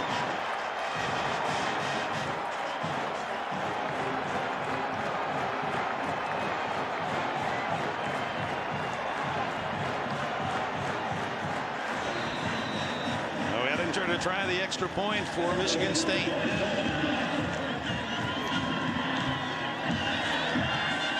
And the Spartans with the lead, 20-13. You know, Dick, I said, where do you see a wide receiver as the sole offensive captain? Gari Scott is, because he's a leader. Why is he a leader? He makes plays at appropriate moments. This is one of them. Last year, they had an 86-yard pass play. This year, 80 yards. Now, the right foot stays in. It's not on the boundary. You see some green grass. Oh, that's great balance. Yeah, it really is a strength. It was a well-thrown ball. Caught it. And Deke Cooper really kind of took a poor angle. Maybe he could have pushed him out of bounds, but that is a great play by Gari Scott. His 4th touchdown of the season to lead the Spartans. One-on-one with Deke Cooper. Yeah, there's the angle. If he takes the angle there, he knocks him out. You know, that's what Greg Madison, defensive coordinator, will talk about tomorrow, because he made a catch, 15-yard gain, but if you take the right angle, you knock him out of bounds. He said his idol is Jerry Rice. He's worked hard to make himself a better player like Rice. Went to the same high school in Lake Park, Florida, Riviera Beach, actually. Suncoast High School is Anthony Carter, the great All-American at the University of Michigan. Gari Scott, huge play, 80 yards for a touchdown. Nick Saban saying to us, every single day and every practice is important to Gari Scott, and he's still getting better. 20-13, 5 minutes 11 seconds left now for the Irish to come back. Burke with a perfect throw and a great call. They had Scott isolated. To the sidelines, bobbled by Howard, and Terrence Howard doesn't quite get back to the 20-yard line. Well, a reminder again that next weekend NBC will bring you 16.5 hours of coverage of golf's premier international team competition, the Ryder Cup. Tiger Woods and the U.S. team looking to win back the cup after losing 95 and again in 97 in Spain, and they'll battle Sergio Garcia. It's a rookie-laden side for the Europeans. They do have Colin Montgomery and others, but 7 first-time players on the European side. The Ryder Cup coverage begins next Saturday, 8 a.m. Eastern, 5 a.m. Pacific here on NBC. Yeah, the USA has a rookie, a pretty good one though, right? One rookie, yeah, only one. Is he good? David Duval, yeah. I kind of like the way he plays. All right, the burden falls on senior Jarius Jackson and the Notre Dame offense. The give is to Fisher, and he gets about 5, maybe 6 yards on first down. 4:55 remaining in the game. Notre Dame has all 3 of its timeouts, so your full offense is available to you. One of the Michigan State players is down. That's their middle linebacker, T.J. Turner. Yeah, who's played so well. Stops the clock at the 4:48 mark, and Turner trying to catch his breath, helped off the field. A reminder again that Tony Driver injured on the last possession for Notre Dame and is out for the game and maybe longer. We're waiting for that report. So the burden now falls on really the youth of the running back core for the Irish. Fisher's a sophomore. Terrence Howard is a sophomore. Julius Jones a freshman. Time is really not a factor right now as it has been in weeks past for Jarius Jackson, but getting first downs is. 2nd and 4 shotgun. Quick throw, complete to Nelson. And he has a first down at the 36-yard line. Ronaldo Hill makes the tackle. Has he adjusted to the ball well? I'm talking about Kai Nelson, number 9. I mean, the ball has been kind of thrown all around him. None of them terribly right on the numbers, but he's made some great adjustments to the ball in the air. It's easy to catch the ones that are right there in your hands, but he's gone up twice high. That time kind of around his body to make that catch. He's over the 100-yard mark in catch receptions today. Yardage 18 for the season now for Nelson. On first down, Jackson fires again to Nelson. Bumped out of bounds at the 43-yard line. His 6th catch. Amp Campbell makes the stop. Dick, I can tell the Irish have been working on this hurry-up offense. I mean, they've had so many mistakes in the last couple of weeks, but the nice thing here that Nelson does is get the ball out of bounds. You don't have to use a timeout. There's been a lot of time doing that. And for Jarius Jackson, he's been in a situation this time like this the last couple of weeks, and he's taken some sacks, so you have to avoid the sack in this situation. T.J. Turner back in the lineup defensively for Michigan State.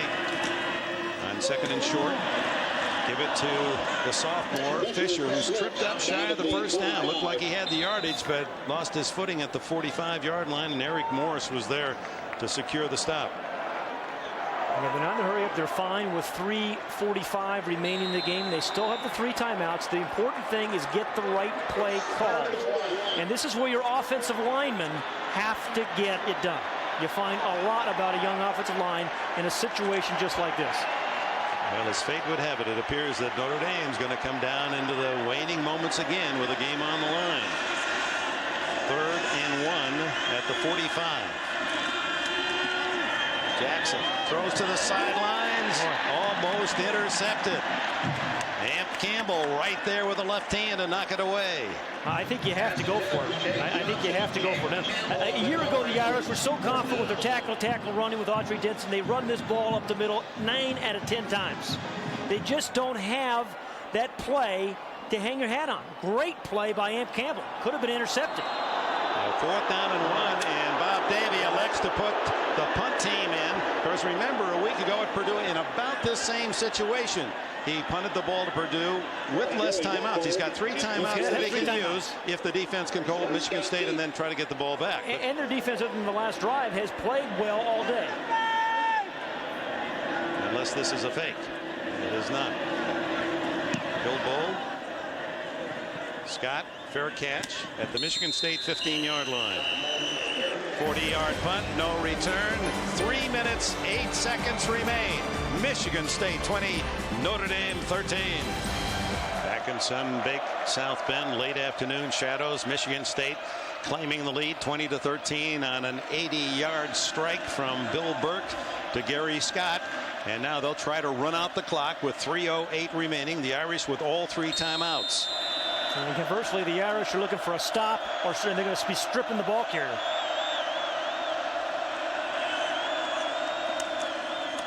Clemens eludes the tackler in the backfield and runs out to a first down at the 31-yard line. They had him in the backfield, but a good move by Lloyd Clemens. He's not been spectacular, but he's given the Spartans some solid yardage today. Yeah, he really is steady. Although, Dick, the one thing I would say in that situation, you better secure the ball. Remember, he fumbled the ball right before halftime. They made a nice run there, picked up the first down, but that ball was a little loose. 83 yards rushing for Clemens on 17 carries to complement the passing game of Bill Burke. Actually, the Spartans could take much more time here. Well, it's down to 8 seconds, 7 seconds. Clemens, nothing there. Notre Dame should start using some of its timeouts. It's 2:30. I think they just used one. Yep. Used one of the 3 timeouts. And boy, Notre Dame may well find themselves in the exact same situation they found themselves in the last 3 games. 2:37 left. Spartans by 7. Bob Davie trying to think ahead at all possibilities here. His team has used 1 timeout. Michigan State 2nd down 9 at the Spartan 32-yard line. 2 minutes 37 seconds remain. T.J. Duckett now the tailback. Fake to him. And the throw to the sidelines complete, but Baker goes out of bounds. They called him in. Oh, they called him inbounds. Looked like he fell out of bounds, so the clock continues to run, and that forces Notre Dame to use a second timeout. A good call, except you'd like to see him run to the wide side of the field so you don't have to even mess with the boundary. It would have been disastrous for Michigan State had he gone out. Foot in. That ball looked out of bounds to me. It's a pretty tough call. They're saying that his knee went down before the ball fell out of bounds. Yes, but where the ball is when your knee goes down, if that's out, the clock should have stopped. Play they've run all day long. Left foot sliding, but the official right there says he did not go out of bounds. Yeah, well, damn.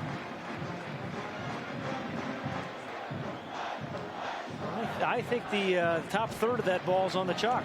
I guess it's paint these days. So the ball spotted at the 39-yard line. Notre Dame uses its second timeout. 2 minutes 26 seconds remain.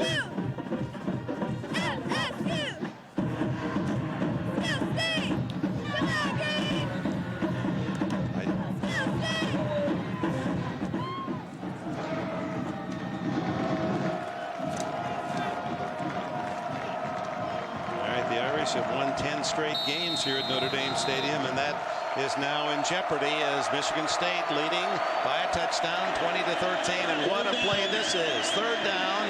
It's a long two and a must stop for Notre Dame. First down for Michigan State. They can all but run out the clock.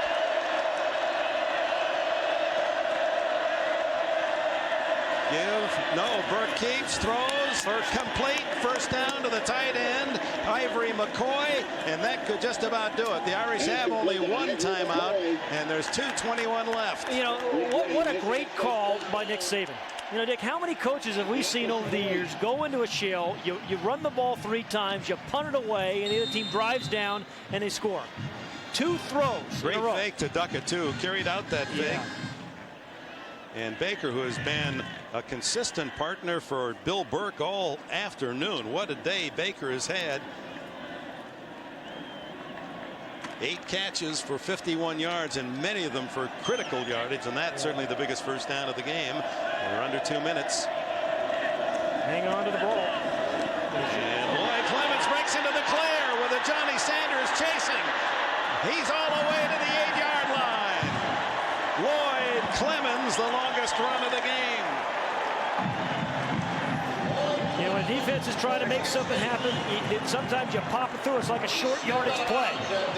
You pop it through the first wave. They had about 9-10 guys up near the line of scrimmage, and he does a great job of taking it down.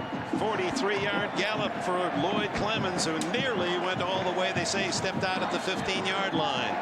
125 yards rushing for Clemens. It's been a good 1-2 punch. The Burke passing game to Burris and Scott and tight end Baker, and then Clemens, when needed, other than that critical fumble end of the first half, has really contributed as well. Well, you know, Dick, if the Irish lose this game, and they're certainly in danger of it, 2 plays stand out in my mind. An underthrown deep ball to Javen Hunter, should have been a touchdown, and Tony Hunter not being able to avoid the kicker on that kickoff return. That's right. He had a touchdown in front of him, but Paul Edinger, the kicker, able to make the tackle at midfield. Give it to Clemens. The Irish will try to rip away at the ball, and that's their final timeout. Stops the clock. 1:43 left. And unless Michigan State makes a horrendous error at this point of the game, it would appear the 10-game home winning streak is over for Notre Dame. The last time the Irish lost here at home was in 1997 in October to Southern California. Mark Cusano's fourth-quarter interception turned the game around for the USC Trojans. His long return set up Adam Abrams' 37-yard field goal that put USC up by 3. And on the final play, Irish quarterback Ron Paulus sacked to Southern Cal. Former head coach John Robinson held on for a 20-17 victory. John Robinson, a couple weeks ago, was a situation much like Bob Davie was playing against Baylor at UNLV. Baylor was trying to run the clock out. They fumbled. UNLV picked it up, ran, and won the game. 98 yards for a touchdown, won the game when it should have been over on a kneel down. Absolutely. I think you don't even avoid. I think you absolutely avoid handoff situations here. They may choose to do that. But Notre Dame has no timeouts remaining. I wouldn't let the ball get out of Bill Burke's hands right now. Well, you got 25 seconds between plays. You kneel down at plus 25, kneel down plus 25. Or even if you take 2 or 3 yard loss, you move around a little bit and you kneel down, the game's over. But don't remember what happened at the end of the first half when they were trying to run it out and Lloyd Clemens fumbled. Nick Saban certainly has gone over all possibilities, and he has a veteran quarterback, Bill Burke, and he certainly has been a good facilitator today. 2nd and 9. They do hand off, and Clemens not taking any chances, not trying to go for second effort. As soon as he was hit by Justin Smith, or Anthony Denman it was, he went down. Clock running. Boy, not as painful a loss for Notre Dame as the last two, Dick, but a game once again they had a chance to win. Michigan State compiling 235 yards in the 4th quarter. As the Irish did claim the lead for the first time earlier in this period on a Sanson 33-yard field goal, 10-7. Edinger tied it with a field goal, and UCLA, or at Edinger's 33-yard field goal, made it 13-10, and that's taking a chance. They call time. Yeah, that's an error. That is an error. Boy, yeah, you've seen some mismanagement of the clock the last few weeks, but in that situation, trying to run out the clock, you certainly don't want to call a timeout. It's funny. I had a coach one time in a game in a situation like that, called timeout, brought me over to tell me to run the clock out. Take a timeout. I said, make sure you call a timeout. Yeah, make sure you run the clock out. Yeah. Don't take a timeout. Well, looking ahead, Notre Dame with a bye week next week. And then 2 weeks from today, they're home against the Sooners of Oklahoma. The following week, it's the Sun Devils, and then the Trojans of USC. Another off week on the 23rd, and then a home game against Navy before they go to Tennessee against the Volunteers. They will have 55 straight days at home, but the game meal won't taste very good tonight if this is their 3rd consecutive defeat. Yeah, I can think of nothing worse after a loss than having a bye. I'd much rather play the next week. Well, of course, Bob Davies' highest hopes was a win today, 2-2. Season still intact. They've been off week to get ready for a long run, and you preach the idea this is a whole new season. Maybe win all of them and get a major bowl berth. 3rd down 9, 61 seconds to go. Still don't know how Michigan State got in a situation where they had to call a timeout.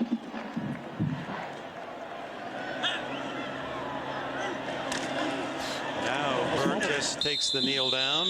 Almost fumbled that ball on that snap.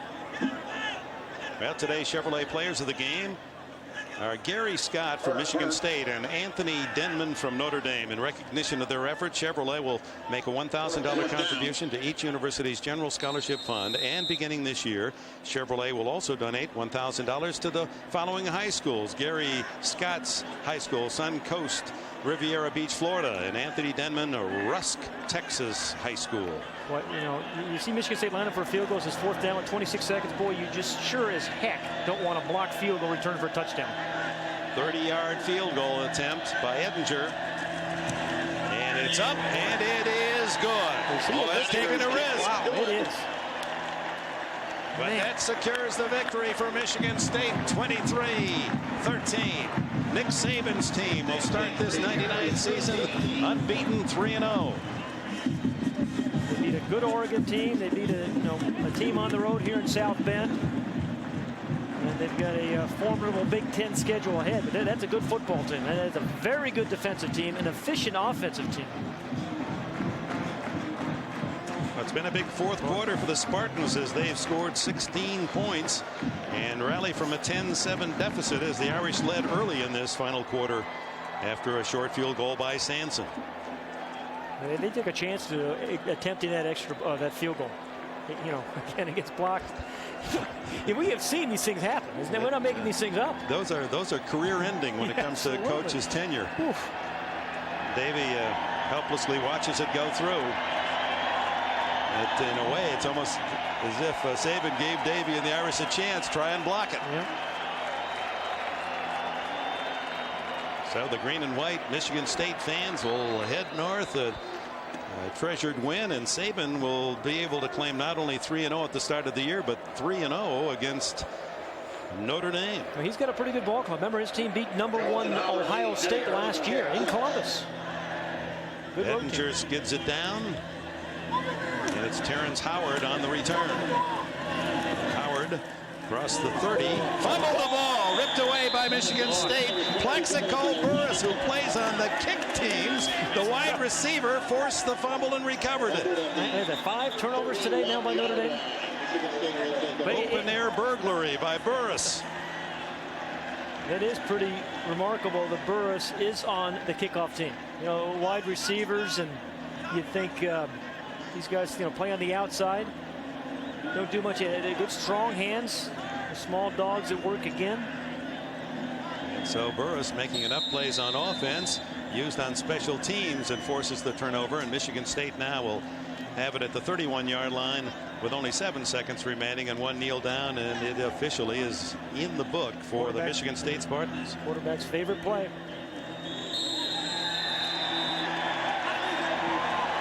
Bill Burke and Michigan State go back to East Lansing with a hard-earned 23-13 victory. It was Burris who made the final play, but it was his teammate at the other wide receiver position that really won the game with an 80-yard catch and run, Gari Scott, that gave the Spartans a 20-13 lead. Let's go to Jim Gray. All right, thank you very much, Dick. Nick, congratulations to you. In that fourth quarter, you guys were able to overcome a 10-7 deficit, and you scored 16 points. What was the difference in that fourth quarter? Well, I think, we really emphasize with our players, if we'll be relentless for 60 minutes, we'll have a great opportunity to win the game in the fourth quarter. And I was really pleased with the way we came out in the second half after a little adversity at the end of the first half to play the way we did. And I think Notre Dame played a great football game, but we played better in the fourth quarter. Nick, congratulations to you. Thank you very much. All right, back upstairs to you, Dick. All right, Jim, and once again the final score from Notre Dame State.